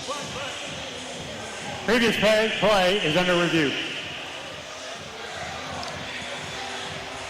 So the play's under review for some reason, says the official. So right next to us. So they're looking at the after right here. Murray coming back. Now he's going to go after Marsh. So it's one thing to pick up the penalty, but it's another to go after and start a melee, which they almost got started there. Wow, the ball was above him. There's a push on Hughes, who didn't do anything. Marsh was the guy. The ref still convening in. A little bit of fireworks here in this last little bit of the fourth quarter. And even with the contact to the face, and reasonably so on a hit like that, right action, no. But if it is reasonable, can understand on a hit like that goes way over his head. Unplayable even to get to the ball. Well, and you know, as I looked at that last replay, the ball was above their head. It was not going to be caught anyway. And then the lick occurred. So was it really interference? You know, as you look at it, the ball is above. Was he able to make that hit? He celebrated, you know, the play, which they do in this league. Here we're going to hear the explanation now. Got a personal foul, a flagrant foul. Defense number 4, he has been ejected. We're going to go 15 yards from the previous spot and retry the onside. So, as I said, Marsh has been ejected, personal foul, and they're going to replay the onside conversion here all the way back at the 15. Oh, the 5-yard line, I'm sorry, the 5-yard line. It's a 4th and 20, so they replay it here. Now we'll see change for the Lunkers is now number 21, Kendon Walker, now out on the field defensively, maybe. He'll run back and forth there. But I believe 15-yard penalty. The onside try still is to the 25, but because of the 15-yard penalty on the unsportsman or on the ejection call, makes it 5 yards for the onside, I believe, would be how the ruling would go in that scenario.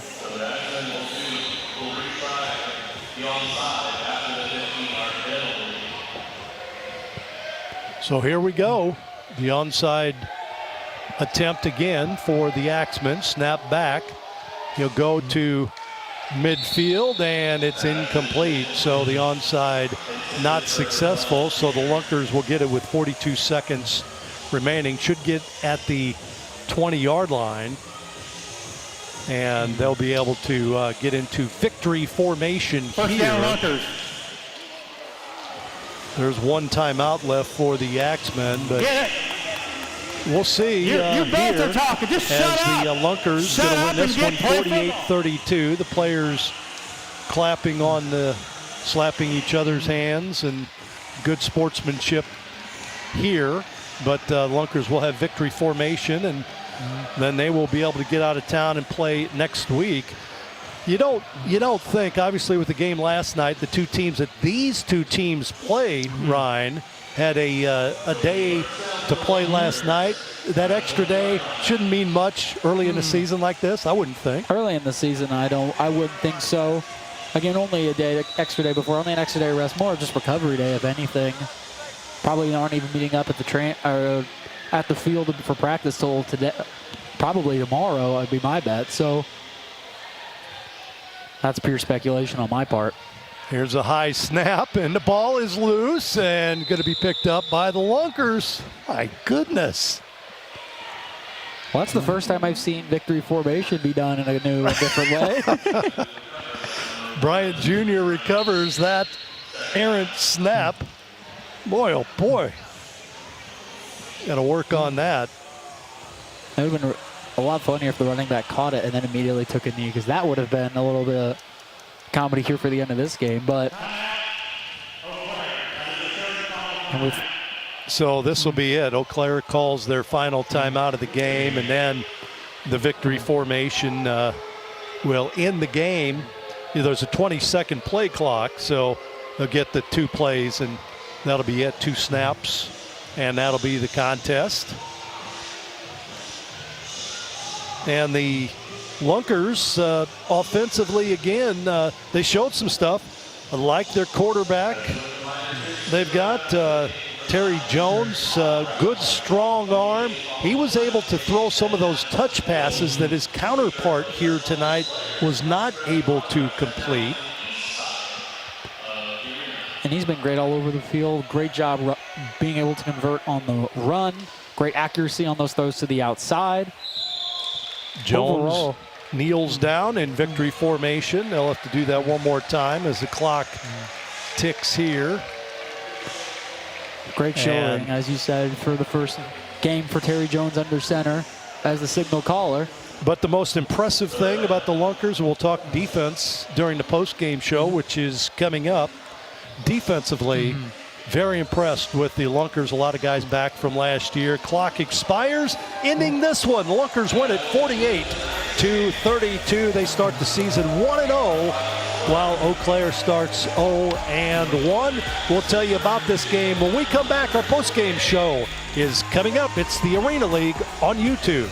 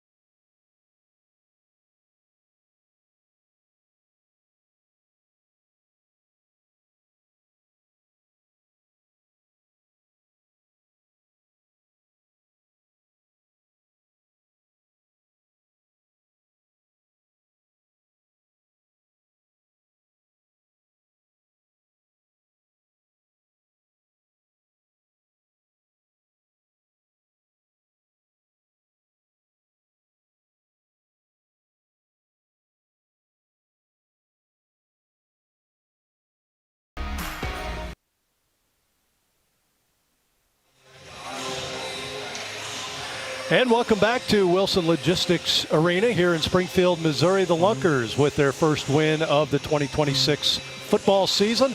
Knock off Eau Claire by a score of 48-32.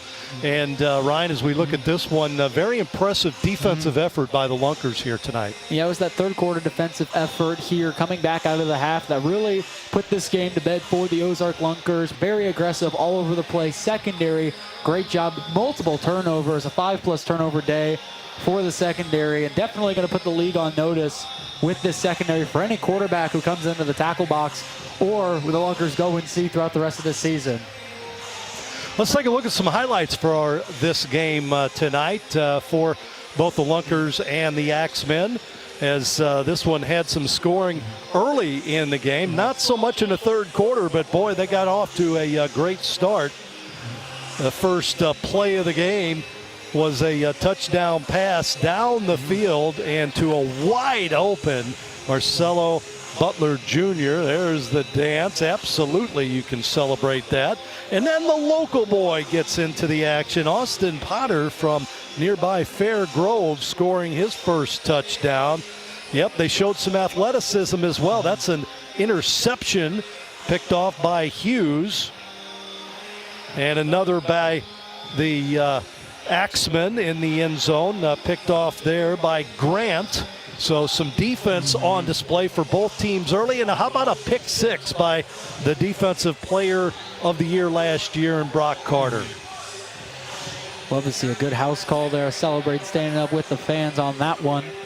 Throw over the middle here on a beauty of a ball here that ends up getting to Butler Jr. A little dance afterwards there in the end zone. A beautiful ball into that tight window for the Axemen. And this one of the best throws of the night into absolute obscene coverage on that one, but still finds a man, and that is Kit Denton on that one. And you get to this one here, a rainbow arc of a throw into the corner to Bryant Jr. And again, just show the display of that Terry Jones on the run action there. Beautiful display on his arm talent here. And this one, another pick, his second on the day for Brock Carter, as it was a great showing. There's another pick right there from DeJuan Hughes. And this was a quick slant. This was just a great showing of athleticism from Kit Denton. Little elusiveness, taking it back to the house. Yep, little run after the catch by the Lunkers, and that was an athletic catch, jumping up in the air once again by Kit Denton, who scores.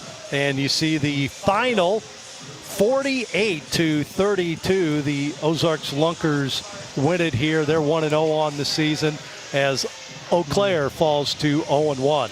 Next week, the Lunkers will be in nearby St. Joe, Missouri against the Goats, and that'll be a big matchup. Boo Williams, one of the players of the year 2 years ago, great athlete for St. Joe, will be one to keep an eye on offensively.